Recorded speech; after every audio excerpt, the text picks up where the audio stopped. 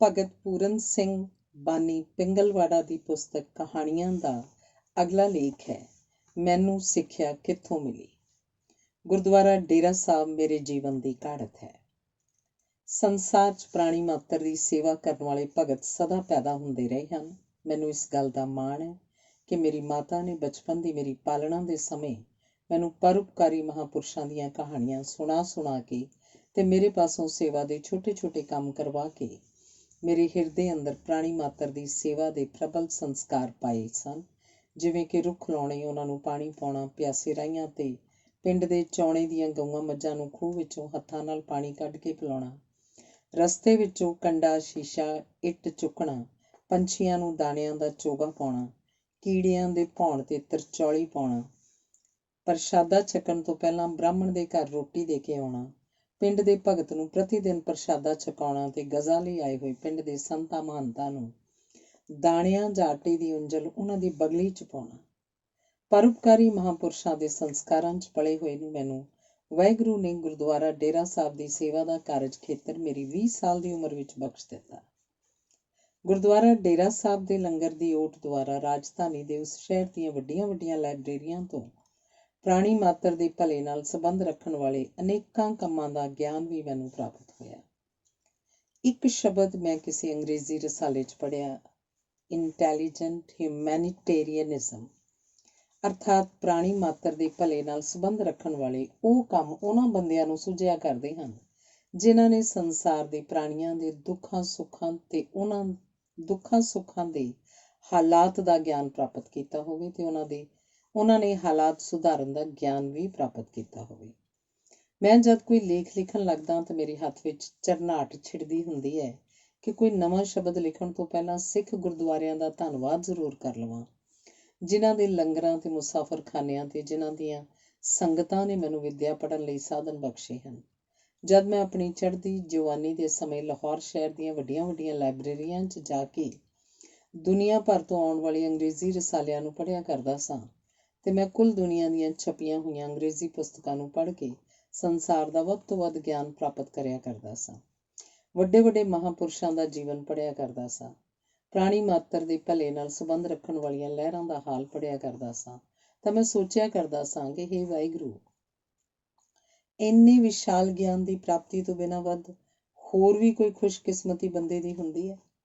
ਗਿਆਨਵਾਨ ਮਨੁੱਖ ਹੀ ਸਭ ਜਗ੍ਹਾ ਪ੍ਰਧਾਨ ਹੁੰਦਾ ਹੈ। 10ਵੇਂ ਪਾਤਸ਼ਾਹ ਦਾ ਵਾਕ ਹੈ, ਬਾਤ ਕਰਾਮਾਤ ਹੈ। ਕਰਾਮਾਤ ਵਾਲੀ ਬਾਤ ਵੀ ਤਾਂ ਕੋਈ ਵਿਦਵਾਨ ਹੀ ਕਰ ਸਕਦਾ ਹੈ। ਧੰਨਵਾਦ।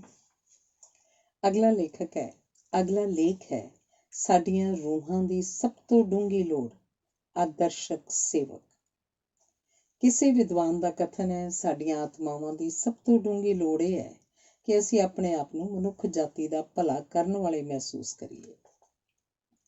ਜਦੋਂ ਅਸੀਂ ਮਨੁੱਖ ਜਾਤੀ ਦੇ ਉੱਚੇ ਸੁੱਚੇ ਲਾਭਾਂ ਨਾਲ ਆਪਣੇ ਆਪ ਨੂੰ ਜੋੜਦੇ ਹਾਂ, ਕੇਵਲ ਉਦੋਂ ਹੀ ਅਸੀਂ ਆਪਣੇ ਸਮਾਜਿਕ ਤੇ ਇਸ ਲਈ ਆਪਣੇ ਪੂਰਨ ਮਨੁੱਖੀ ਸਰੂਪ ਦੀ ਪਹਿਚਾਣ ਕਰ ਲੈਂਦੇ ਹਾਂ। ਅਸੀਂ ਪੂਰਨ ਮਨੋਰਥਾਂ ਵਾਲੇ ਹੋ ਕੇ ਉਦੋਂ ਹੀ ਸੰਸਾਰ 'ਚ ਵਿਚਰਦੇ ਹਾਂ ਜਦੋਂ ਅਸੀਂ ਆਪਣੇ ਆਪ ਨੂੰ ਸੰਸਾਰ ਭਲਾਈ ਦੇ ਸਾਧਨ ਬਣਾ ਲੈਂਦੇ ਹਾਂ। ਜੈਰੇਮੀਆਂ ਤੋਂ ਲੈ ਕੇ ਲਿੰਕਨ ਤੱਕ ਸੰਸਾਰ ਦੀ ਤਵਾਰੀਖ ਦੀ ਸਭ ਤੋਂ ਵੱਧ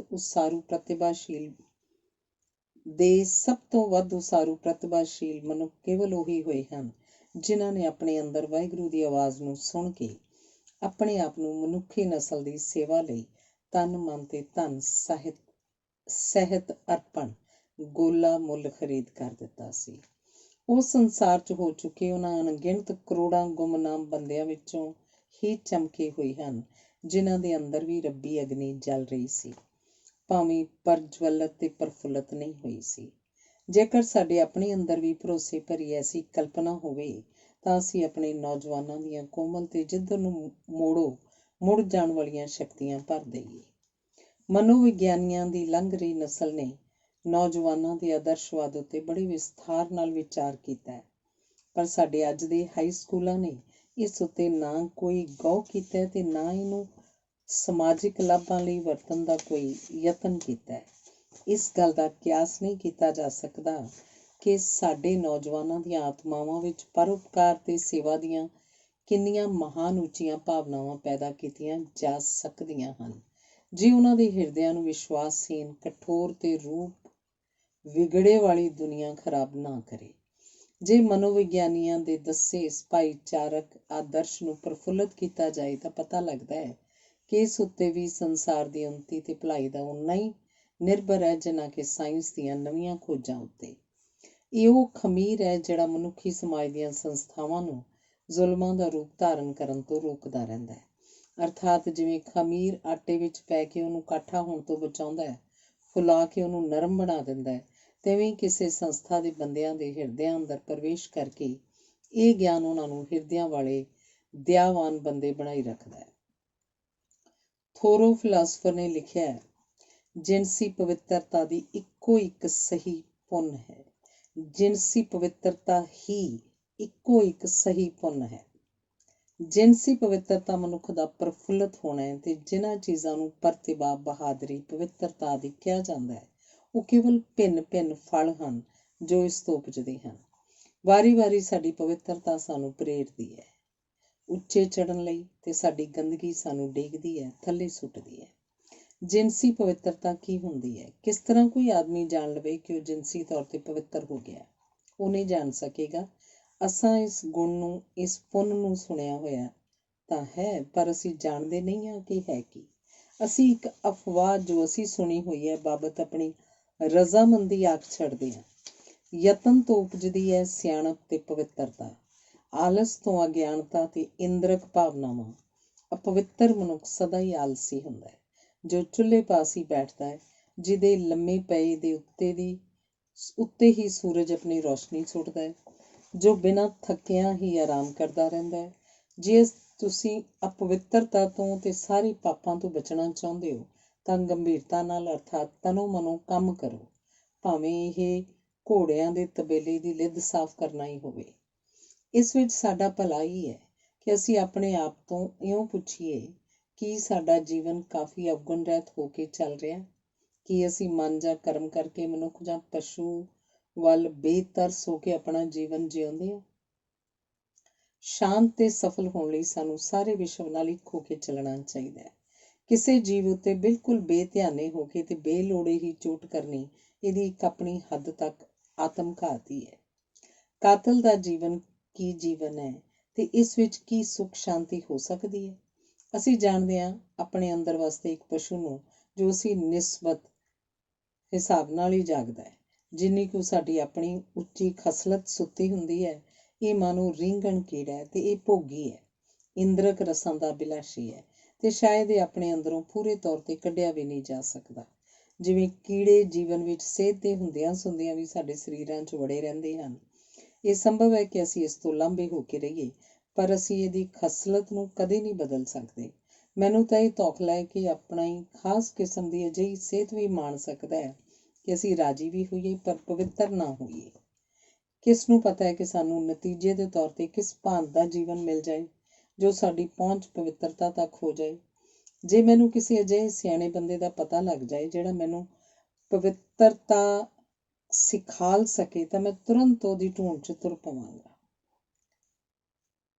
ਉੱਪਰ ਲਿਖਿਆ ਇਹ ਲੇਖ ਅਮਰੀਕਾ ਦੇ ਸੰਸਾਰ ਪ੍ਰਸਿੱਧ ਫਿਲਾਸਫਰ ਥੋਰੋ ਦਾ ਹੈ ਤੇ ਦ ਲਿਵਿੰਗ ਥਾਟਸ ਆਫ ਥੋਰੋ ਅਰਥਾਤ ਥੋਰੋ ਦੇ ਜਿਉਂਦੇ ਵਿਚਾਰ ਪੁਸਤਕ ਵਿੱਚੋਂ ਕੱਢਿਆ ਹੈ। ਕਿਸੇ ਵਿਦਵਾਨ ਦਾ ਕਥਨ ਹੈ ਕਿ ਸੂਰਮੇ ਦੇ ਰਹਿਣ ਦੇ ਯੋਗ ਉਹੀ ਦੁਨੀਆ ਹੋ ਸਕਦੀ ਹੈ ਜਿਹੜੀ ਆਪਣੇ ਵਿੱਚ ਰਹਿਣ ਵਾਲੇ ਲੋਕਾਂ ਨੂੰ ਸੂਰਮਤਾਈ ਦੇ ਕੰਮ ਕਰਨ ਨੂੰ ਦੇਵੇ। ਉਹਨੇ ਲਿਖਿਆ ਕਿ ਮਨੁੱਖ ਦੇ ਅੰਦਰ ਇੱਕ ਤਤਪਰਤਾ ਹੁੰਦੀ ਹੈ ਕਿ ਉਹ ਕਿਸੇ ਨੇਕ ਕੰਮ ਕਰਨ ਨੂੰ ਤਤਪਰ ਹੋ ਜਾਏ। ਉਹਦੀ ਇਸ ਤਤਪਰਤਾ ਨੂੰ ਆਪਣੇ ਪ੍ਰਗਟਾਵੇ ਦਾ ਅਵਸਰ ਮਿਲਣਾ ਚਾਹੀਦਾ ਹੈ। ਉਹਨੇ ਲਿਖਿਆ ਕਿ ਬੰਦੇ ਦੇ ਸਿਰ ਤੇ ਹੋਰਨਾਂ ਦੇ ਭਲੇ ਲਈ ਜ਼ਿੰਮੇਵਾਰੀਆਂ ਦਾ ਬੋਝ ਪਿਆ ਹੋਣਾ ਚਾਹੀਦਾ ਹੈ ਤੇ ਜੇ ਇਹ ਬੋਝ ਨਾ ਹੋਏਗਾ ਤਾਂ ਉਹ ਨਿਚੱਲਾ ਤਾਂ ਬੈਠੇਗਾ ਨਹੀਂ ਤਾਂ ਪੁੱਠੇ ਖੋਟੇ ਕੰਮਾਂ 'ਚ ਪੈ ਜਾਏਗਾ। ਸ੍ਰੀ ਗੁਰੂ ਗ੍ਰੰਥ ਸਾਹਿਬ ਦਾ ਸ਼ਬਦ ਹੈ, ਮਨ ਖੁਟਹਰ ਤੇਰਾ ਨਹੀਂ ਬਿਸਾਸ, ਤੂੰ ਮਹਾ ਉਦਮਾਦਾ, ਖਰਕਾ ਪੈਖਰ ਤੋ ਛੁਟੈ, ਜੋ ਉਪਰ ਲਾਦਾ। ਅਗਲਾ ਲੇਖ ਹੈ ਚਿਹਰੇ ਤੇ ਨੂਰ ਵਾਲਾ ਸਿੱਖ ਨੌਜਵਾਨ। ਇੱਕ ਹੋਰ ਚੜ੍ਹਦੀ ਜਵਾਨੀ ਵਾਲੇ ਸਿੱਖ ਨੌਜਵਾਨ ਨੂੰ ਦੇਖ ਮੈਂ ਇੰਨਾ ਪ੍ਰਸੰਨ ਵੀ ਹੋਇਆ ਸਾਂ ਤੇ ਹੈਰਾਨ ਵੀ ਹੋਇਆ ਸਾਂ ਕਿ ਮਹਾਰਾਜਾ ਪਟਿਆਲਾ ਦੀ ਰੱਖਿਆ ਲਈ ਉਹਦੇ ਨਾਲ ਰਹਿਣ ਵਾਲੇ ਬਾਡੀਗਾਰਡ ਵੀ, ਸੁੰਦਰਤਾ ਵੀ ਉਹਨੂੰ ਮਾਤ ਪਾ ਗਈ ਸੀ। 43 ਸਾਲਾਂ ਦੀ ਉਮਰ 'ਚ ਮੈਨੂੰ ਖਾਲਸਾ ਕਾਲਜ ਦੇ ਰਿਫਿਊਜੀ ਕੈਂਪ 'ਚ ਉਹਦੇ ਦਰਸ਼ਨ ਹੋਏ ਸਨ। ਉਸ ਨੌਜਵਾਨ ਦੀ ਉਮਰ ਉਸ ਵੇਲੇ 27 ਸਾਲਾਂ ਦੀ ਸੀ ਤੇ ਉਹਦਾ ਨਾਮ ਪਰਮਜੀਤ ਸਿੰਘ ਭਰ ਸੀ। ਉਹ ਗੁਰਸਿੱਖੀ ਦਾ ਧੁਰਾ ਕਸਬਾ ਗੋਇੰਦਵਾਲ ਸਾਹਿਬ ਦੇ ਲਾਗੇ ਦੇ ਕਸਬਾ ਫਤਿਆਬਾਦ ਦਾ ਸੀ। ਉਹਦਾ ਘਰਾਣਾ ਇੱਕ ਇਤਿਹਾਸਿਕ ਸਿੱਖ ਘਰਾਣਾ ਹੈ। ਉਹਨਾਂ ਦੇ ਘਰ ਦਾ ਵਾਤਾਵਰਨ ਇੱਕ ਸਿੱਖ ਗੁਰਦੁਆਰੇ ਦਾ ਵਾਤਾਵਰਨ ਹੈ। ਉਹਦੇ ਘਰ 'ਚ ਪ੍ਰਤੀ ਦਿਨ ਸ੍ਰੀ ਗੁਰੂ ਗ੍ਰੰਥ ਸਾਹਿਬ ਦਾ ਪ੍ਰਕਾਸ਼ ਹੁੰਦਾ ਹੈ ਤੇ ਇਹ ਪ੍ਰਕਾਸ਼ ਪੀੜ੍ਹੀਆਂ ਤੋਂ ਚੱਲਿਆ ਆ ਰਿਹਾ ਹੈ। ਉਸ ਘਰ ਦੇ ਬੰਦੇ ਸ੍ਰੀ ਗੁਰੂ ਗ੍ਰੰਥ ਸਾਹਿਬ ਦੀ ਬਾਣੀ ਨਾਲ ਭਰੇ ਹੋਏ ਵਾਯੂਮੰਡਲ 'ਚ ਰਹਿੰਦੇ ਹਨ।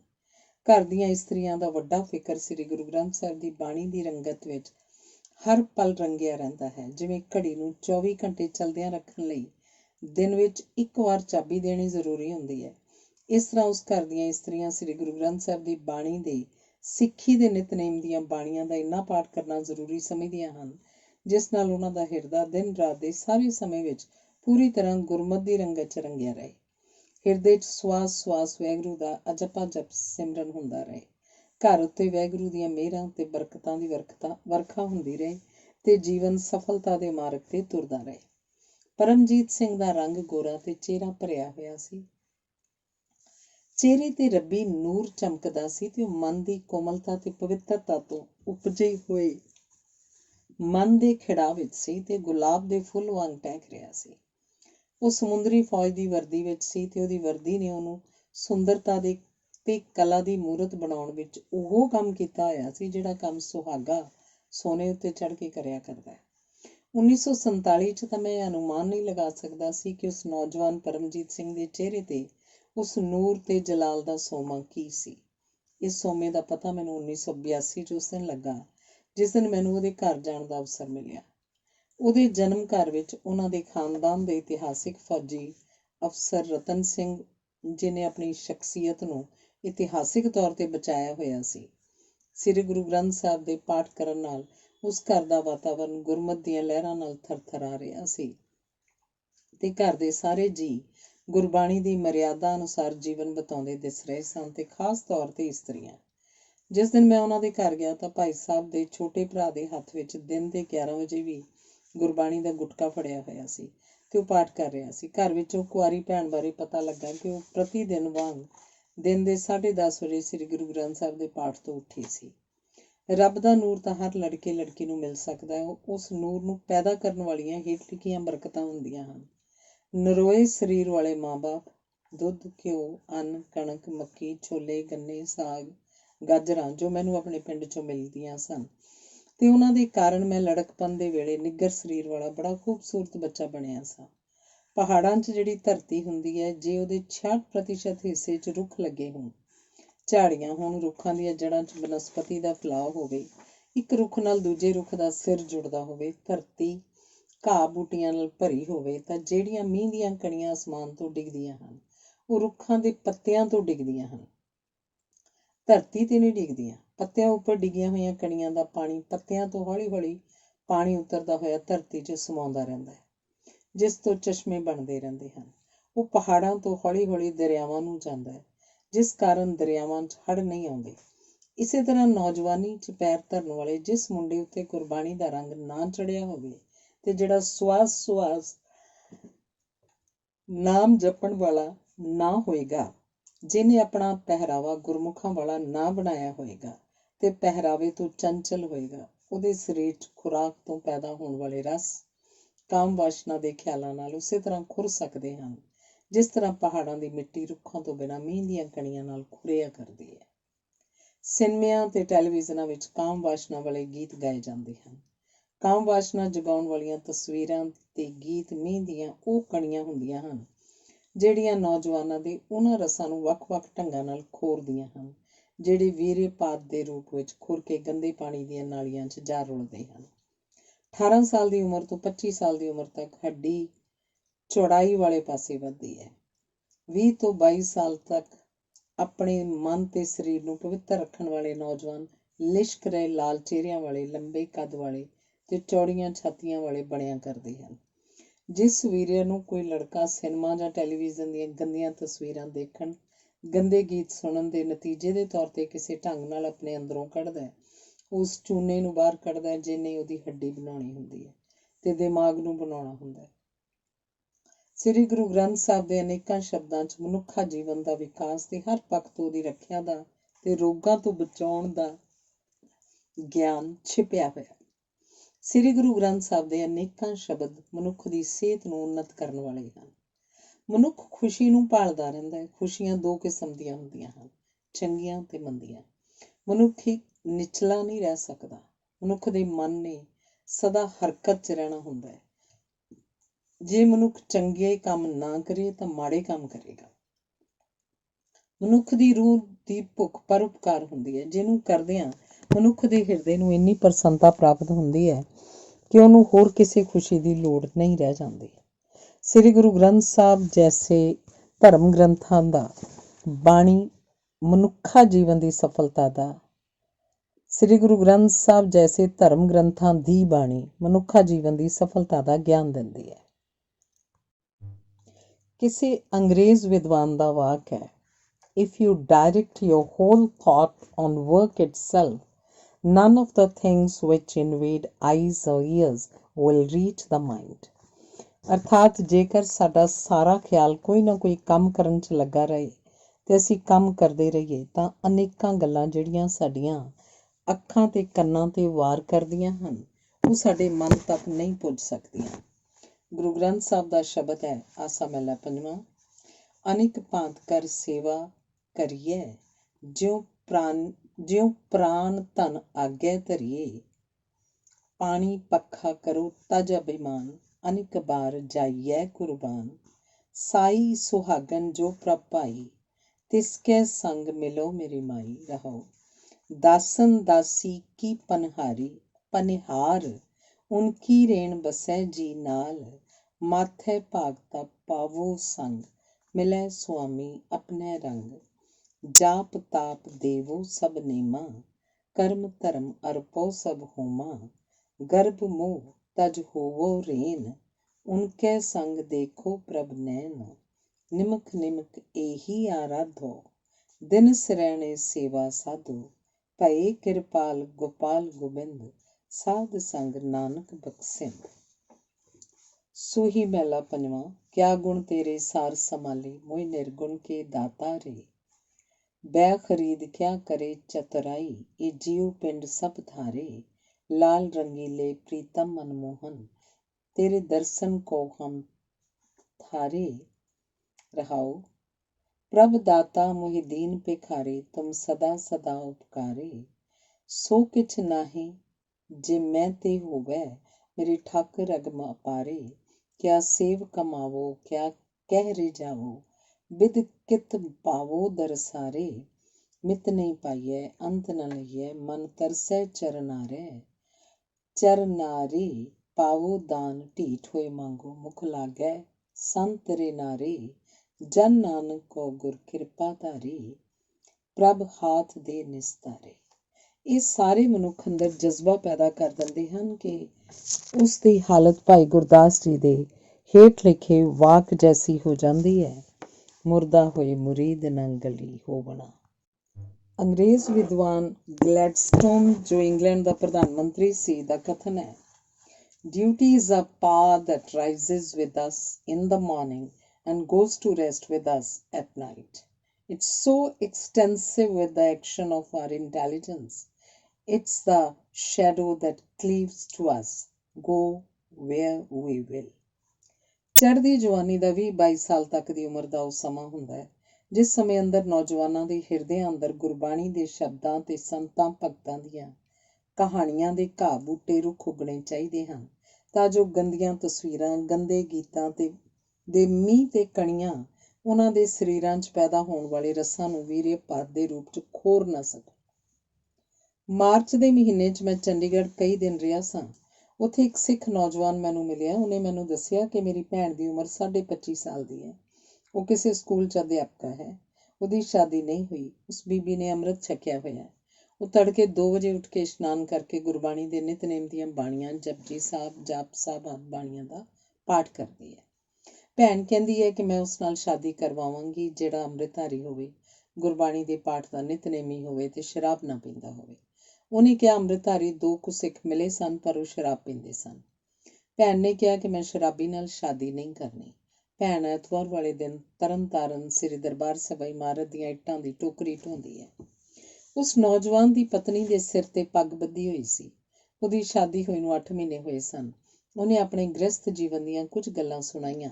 ਉਹ ਗੱਲਾਂ ਸੁਣ ਕੇ ਮੈਨੂੰ ਸ੍ਰੀ ਗੁਰੂ ਗ੍ਰੰਥ ਸਾਹਿਬ ਦੇ ਹੇਠ ਲਿਖੇ ਸ਼ਬਦ ਯਾਦ ਆ ਗਏ।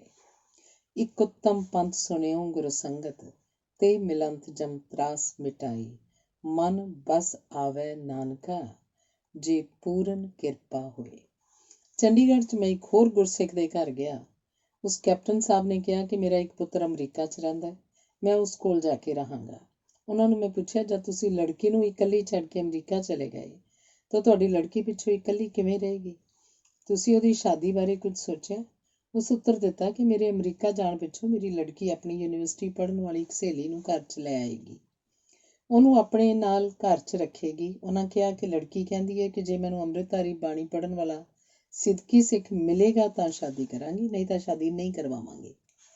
ਮੈਂ ਕੈਪਟਨ ਸਾਹਿਬ ਨੂੰ ਪੁੱਛਿਆ ਕਿ ਬੀਬੀ ਗੁਰਬਾਣੀ ਦਾ ਕਿਹੜਾ ਪਾਠ ਰੋਜ਼ ਕਰਦੀ ਹੈ। ਉਹਨਾਂ ਕਿਹਾ ਕਿ ਲੜਕੀ ਨਿਤਨੇਮ ਦੀਆਂ 7 ਬਾਣੀਆਂ ਦਾ ਪਾਠ ਰੋਜ਼ ਕਰਦੀ ਹੈ, 5 ਬਾਣੀਆਂ ਸਵੇਰੇ ਤੇ 2 ਸ਼ਾਮ ਨੂੰ। ਫਿਰ ਮੈਂ ਪੁੱਛਿਆ ਕਿ ਬੀਬੀ ਨੂੰ ਨਿਤਨੇਮ ਦਾ ਪਾਠ ਕਰਨ ਦੀ ਆਦਤ ਕਿਸ ਨੇ ਪਾਈ? ਉਹਨਾਂ ਕਿਹਾ ਕਿ ਇਹ ਆਦਤ ਨਾ ਉਹਦੀ ਮਾਂ ਨੇ ਉਹਨੂੰ ਪਾਈ ਹੈ ਤੇ ਨਾ ਮੈਂ। ਲੜਕੀ ਨੇ ਪੰਜਾਬੀ ਦੀ MA ਦਾ ਇਮਤਿਹਾਨ ਪਾਸ ਕੀਤਾ ਸੀ। ਪਤਾ ਨਹੀਂ ਉਸ 'ਚ ਕਿਹੜੀ ਪੁਸਤਕ ਉਹਨੇ ਪੜ੍ਹੀ, ਜਿਹਤੋਂ ਪ੍ਰੇਰਨਾ ਲੈ ਕੇ ਉਹਨੇ ਨਿਤਨੇਮ ਦਾ ਪਾਠ ਕਰਨਾ ਸ਼ੁਰੂ ਕਰ ਦਿੱਤਾ। ਕੈਪਟਨ ਸਾਹਿਬ ਨੇ ਕਿਹਾ ਕਿ ਮੈਂ ਪਹਿਲੋਂ ਮਾਸ ਵੀ ਖਾਂਦਾ ਸੀ, ਸ਼ਰਾਬ ਵੀ ਪੀਂਦਾ ਸੀ ਤੇ ਨਿਤਨੇਮ ਰੋਜ਼ ਨਹੀਂ ਕਰਦਾ ਸੀ।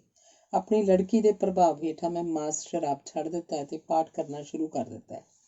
ਜਿਹੜੇ ਲੜਕੇ ਨਿਤਨੇਮ ਦੀਆਂ ਬਾਣੀਆਂ ਪੜ੍ਹਨਗੇ ਉਹ ਨਾ ਟੈਲੀਵਿਜ਼ਨ ਦੀਆਂ ਗੰਦੀਆਂ ਤਸਵੀਰਾਂ ਦੇਖਣਗੇ, ਨਾ ਸਿਨੇਮੇ ਦੀਆਂ ਗੰਦੀਆਂ ਤਸਵੀਰਾਂ ਤੇ ਨਾ ਸਿਨੇਮੇ ਦੇ ਗੰਦੇ ਗਾਣੇ ਸੁਣਨਗੇ। ਕਿਸੇ ਵਿਦਵਾਨ ਦਾ ਕਥਨ ਹੈ, sooner or later our thoughts become our actions, every action is preceded by a thought। ਅਰਥਾਤ ਛੇਤੀ ਜਾਂ ਦੇਰ ਨਾਲ ਸਾਡੇ ਵਿਚਾਰ ਸਾਡੇ ਕੰਮ ਬਣ ਜਾਇਆ ਕਰਦੇ ਹਨ। ਹਰ ਇੱਕ ਕਾਰ ਕਰਨ ਤੋਂ ਪਹਿਲਾਂ ਬੰਦਿਆਂ ਨੂੰ ਉਸ ਕੰਮ ਦੇ ਕਰਨ ਦਾ ਖਿਆਲ ਪੈਦਾ ਹੋਇਆ ਕਰਦਾ ਹੈ। ਜੇ ਰੁੱਖ ਘੱਟ ਜਾਣ, ਜਿਵੇਂ ਕਿ ਭਾਰਤ ਵਿੱਚ ਰੁੱਖ ਘੱਟ ਚੁੱਕੇ ਹਨ ਤੇ ਪਹਾੜਾਂ ਵਿੱਚ ਕਿਸੇ ਥਾਂ 60% ਰੁੱਖਾਂ ਦੀ ਤਾਂ 15% ਹੀ ਰੁੱਖਾਂ ਦਾ ਰਕਬਾ ਰਹਿ ਗਿਆ ਹੈ, ਤਾਂ ਫਿਰ ਮੀਂਹ ਦੀ ਕਣੀ ਜਿਹੜੀ ਧਰਤੀ ਉੱਤੇ ਡਿੱਗਦੀ ਹੈ ਉਹ ਮਿੱਟੀ ਨੂੰ ਖੋਰ ਦਿੰਦੀ ਹੈ। ਉਹ ਮਿੱਟੀ ਖੁਰ ਕੇ ਦਰਿਆਵਾਂ ਦੇ ਪਾਟਾਂ ਉੱਤੇ ਆ ਕੇ ਉਹਨਾਂ ਨੂੰ ਉੱਚਾ ਕਰ ਦਿੰਦੀ ਹੈ। ਉਸ ਤੋਂ ਦਰਿਆਵਾਂ 'ਚ ਹੜ੍ਹ ਆਉਂਦੇ ਹਨ। ਉਹ ਭਾਖੜਾ ਜੈਸੀਆਂ ਪਾਣੀ ਦੇ ਡੈਮਾਂ ਨੂੰ ਵੀ ਗਾਰ ਨਾਲ ਭਰ ਕੇ ਨਿਕੰਮਿਆਂ ਕਰ ਦਿੰਦੀ ਹੈ। ਇਸੇ ਤਰ੍ਹਾਂ ਨੌਜਵਾਨੀ 'ਚ ਪੈਰ ਧਰ ਰਹੇ ਜਿਸ ਮੁੰਡੇ ਨੂੰ ਕਾਮ ਪੈਦਾ ਕਰਨ ਵਾਲੇ ਰਸ ਤੇ ਗੁਰਬਾਣੀ ਦਾ ਰੰਗ ਨਾ ਚੜਿਆ ਹੋਵੇ, ਉਹ ਸਵਾਸ ਨਾਮ ਨਾ ਜਪਣ ਲੱਗਿਆ ਹੋਵੇ, ਉਹਨੇ ਆਪਣਾ ਪਹਿਰਾਵਾ ਗੁਰਮੁਖਾਂ ਵਾਲਾ ਨਾ ਪਾਇਆ ਹੋਵੇ, ਉਹਦੇ ਸਰੀਰ ਦੀਆਂ ਸ਼ਕਤੀਆਂ ਨੂੰ ਜਿਸ ਤਰ੍ਹਾਂ ਰੁੱਖਾਂ ਤੋਂ ਵਾਂਝੀ ਹੋਈ ਧਰਤੀ ਦੀ ਮਿੱਟੀ ਮੀਂਹ ਤੇ ਹਨੇਰੀ ਨਾਲ ਖੋਰਿਆ ਕਰਦੀ ਹੈ, ਉਸੇ ਤਰ੍ਹਾਂ ਦੇਸ ਤੇ ਵਾਯੂਮੰਡਲ ਦੇ ਗੰਦੇ ਖਿਆਲ ਉਹਨਾਂ ਰਸਾਂ ਨੂੰ ਖੋਰਨ ਲੱਗ ਪਿਆ ਕਰਦੇ ਹਨ। ਜਿਸ ਤਰ੍ਹਾਂ ਮੀਂਹ ਦੀਆਂ ਕਣੀਆਂ ਪਹਾੜਾਂ ਦੀ ਵੱਡੇ ਰੁੱਖਾਂ ਵਾਲੀ ਤੇ ਨੰਗੀ ਧਰਤੀ ਨੂੰ ਖੋਰਿਆ ਕਰਦੀਆਂ ਹਨ ਤੇ ਹਵਾ ਦੀਆਂ ਹਨੇਰੀਆਂ ਮੈਦਾਨਾਂ ਦੀ ਉਸ ਧਰਤੀ ਨੂੰ ਖੋਰ ਕੇ ਲੈ ਜਾਇਆ ਕਰਦੀਆਂ ਹਨ ਜਿਸ ਧਰਤੀ ਉੱਤੇ 21% ਰੁੱਖ ਨਹੀਂ ਲੱਗੇ ਹੁੰਦੇ। ਇਸੇ ਤਰ੍ਹਾਂ ਰੇਡੀਓ, ਟੈਲੀਵਿਜ਼ਨ, ਫਿਲਮਾਂ, ਲੈਕਚਰ, ਸਾਹਿਤ, ਗੰਦੇ ਰਿਕਾਰਡ, ਟੇਪਾਂ ਤੇ ਜ਼ਬਾਨੀ ਗਾਏ ਜਾਣ ਵਾਲੇ ਗੰਦੇ ਗੀਤਾਂ ਤੋਂ ਮਿੱਤਰਾਂ ਦੀ ਗੰਦੀ ਕੁਸੰਗਤ ਦੀ ਹਨੇਰੀ ਉਹਨਾਂ ਰਸਾਂ ਨੂੰ ਰੇਤ ਵਾਂਗ ਖੋਰ ਕੇ ਲੈ ਜਾਂਦੇ ਹਨ ਜਿਹੜੇ ਨਰੋਈ ਖੁਰਾਕ ਨਾਲ ਪੈਦਾ ਹੁੰਦੇ ਹਨ। ਦੁਨੀਆ ਦੇ ਆਮ ਬੰਦੇ ਇਹ ਖਿਆਲ ਕਰਦੇ ਹਨ ਕਿ ਸਾਡੇ ਘਰ 'ਚ ਦੁੱਧ, ਘਿਓ ਜੈਸੇ ਪੌਸ਼ਟਿਕ ਪਦਾਰਥ ਬਹੁਤ ਹੋਣ, ਪਰ ਇਸ ਗੱਲ ਦਾ ਖਿਆਲ ਕੋਈ ਵਿਰਲਾ ਹੀ ਕਰਦਾ ਹੈ ਕਿ ਖੁਰਾਕ ਤੋਂ ਜੋ ਰਸ ਸਾਡੇ ਅੰਦਰ ਪੈਦਾ ਹੋਇਆ ਹੁੰਦਾ ਹੈ ਉਹਨੂੰ ਸੰਭਾਲ ਕੇ ਰੱਖਿਆ ਜਾਏ ਤੇ ਸਰੀਰ ਨੂੰ ਪ੍ਰਫੁੱਲਤ ਕਰਨ ਲਈ ਹੱਡੀ, ਮਾਸ ਤੇ ਚਰਬੀ ਨੂੰ ਵਰਤੋਂ 'ਚ ਆਉਣ ਦਿੱਤਾ ਜਾਏ।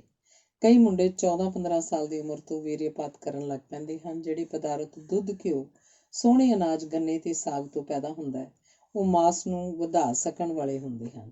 ਉਹ ਪਾਤ ਹੋਏ ਵੀਰਯ ਦੇ ਰੂਪ 'ਚ ਗੰਦੀ ਨਾਲੀ 'ਚ ਰਲ ਜਾਇਆ ਕਰਦੇ ਹਨ। ਪ੍ਰੋਫੈਸਰ ਪੂਰਨ ਸਿੰਘ ਨੂੰ ਕਿਸੇ ਨੇ ਕਿਹਾ ਸੀ ਕਿ ਸ੍ਰੀ ਗੁਰੂ ਗ੍ਰੰਥ ਸਾਹਿਬ ਉੱਤੇ ਭਾਸ਼ਣ ਦਿਓ। ਉਹ ਸ੍ਰੀ ਗੁਰੂ ਗ੍ਰੰਥ ਸਾਹਿਬ ਦੇ ਅੱਗੇ ਪੁੱਠਾ ਲੇਟ ਕੇ ਰੋਣ ਲੱਗ ਪਿਆ। ਅੱਧਾ ਘੰਟਾ ਰੋਂਦਾ ਰਿਹਾ ਤੇ ਕਹਿਣ ਲੱਗਾ ਕਿ ਇਹ ਮੇਰਾ ਲੈਕਚਰ ਹੈ। ਸ੍ਰੀ ਗੁਰੂ ਗ੍ਰੰਥ ਸਾਹਿਬ ਦੀ ਬਾਣੀ ਪਰਮਜੀਤ ਸਿੰਘ ਵਰਗਿਆਂ ਮੁੰਡਿਆਂ ਦੇ ਹਿਰਦਿਆਂ ਅੰਦਰ ਦੁੱਧ, ਘਿਓ ਤੋਂ ਪੈਦਾ ਹੋਏ ਰਸਾਂ ਨੂੰ ਉਹਨਾਂ ਦੀ ਚਰਬੀ ਤੇ ਮਾਸ ਦਾ ਹਿੱਸਾ ਬਣਾ ਕੇ ਉਹਨਾਂ ਦੇ ਚਿਹਰਿਆਂ ਤੇ ਉਹ ਨੂਰ ਪੈਦਾ ਕਰਦੀ ਹੈ ਜੋ 1947 'ਚ ਉਹਦੇ ਚਿਹਰੇ ਤੇ ਵੇਖਿਆ ਸੀ। ਸ੍ਰੀ ਗੁਰੂ ਗ੍ਰੰਥ ਸਾਹਿਬ ਦੀ ਬਾਣੀ ਪੜ੍ਹਨ ਵਾਲੇ ਮੁੰਡਿਆਂ ਦੀ ਖਾਧੀ ਖੁਰਾਕ ਉਹਨਾਂ ਦੇ ਮਾਸ ਤੇ ਚਰਬੀ ਦਾ ਹਿੱਸਾ ਬਣ ਜਾਇਆ ਕਰਦੀ ਹੈ।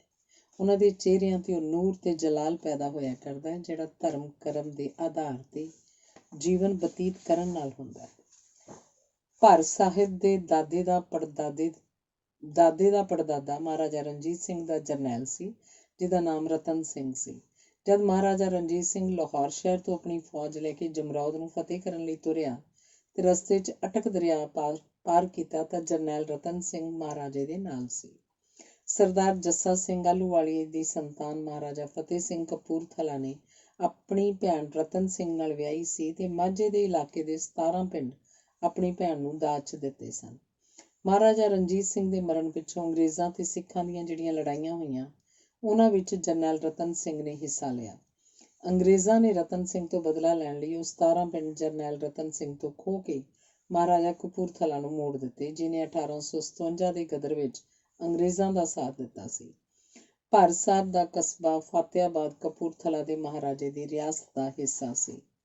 ਭਾਰਤ ਸਾਹਿਬ ਦੇ ਘਰ 'ਚ ਜਰਨੈਲ ਰਤਨ ਸਿੰਘ ਦੇ ਵੇਲੇ ਤੋਂ ਸ੍ਰੀ ਗੁਰੂ ਗ੍ਰੰਥ ਸਾਹਿਬ ਦਾ ਪਾਠ ਹੋਣਾ ਹੀ ਹੋਇਆ, ਕਿਉਂਕਿ ਸਿੱਖ ਰਾਜ ਦੇ ਸਰਦਾਰ ਸ਼ਾਮ ਸਿੰਘ ਅਟਾਰੀ ਵਰਗੇ ਬਹਾਦਰ ਜਰਨੈਲਾਂ ਦੀ ਸੂਰਮਤਾਈ ਦਾ ਸਮਾਂ ਸ੍ਰੀ ਗੁਰੂ ਗ੍ਰੰਥ ਸਾਹਿਬ ਦੀ ਬਾਣੀ ਤੇ ਦਸਮ ਪਾਤਸ਼ਾਹ ਦੀ ਬਾਣੀ ਦਾ ਪਾਠ ਤੇ ਸਵਾਸ ਨਾਮ ਸਿਮਰਨ ਹੁੰਦਾ ਸੀ। ਹੋ ਸਕਦਾ ਹੈ ਕਿ ਸ੍ਰੀ ਗੁਰੂ ਗ੍ਰੰਥ ਸਾਹਿਬ ਦਾ ਪ੍ਰਕਾਸ਼ ਜਰਨੈਲ ਰਤਨ ਸਿੰਘ ਦੇ ਜਨਮ ਤੋਂ ਪਹਿਲਾਂ ਤੋਂ ਹੀ ਉਹਨਾਂ ਦੇ ਘਰ 'ਚ ਹੁੰਦਾ ਰਿਹਾ ਹੋਵੇ।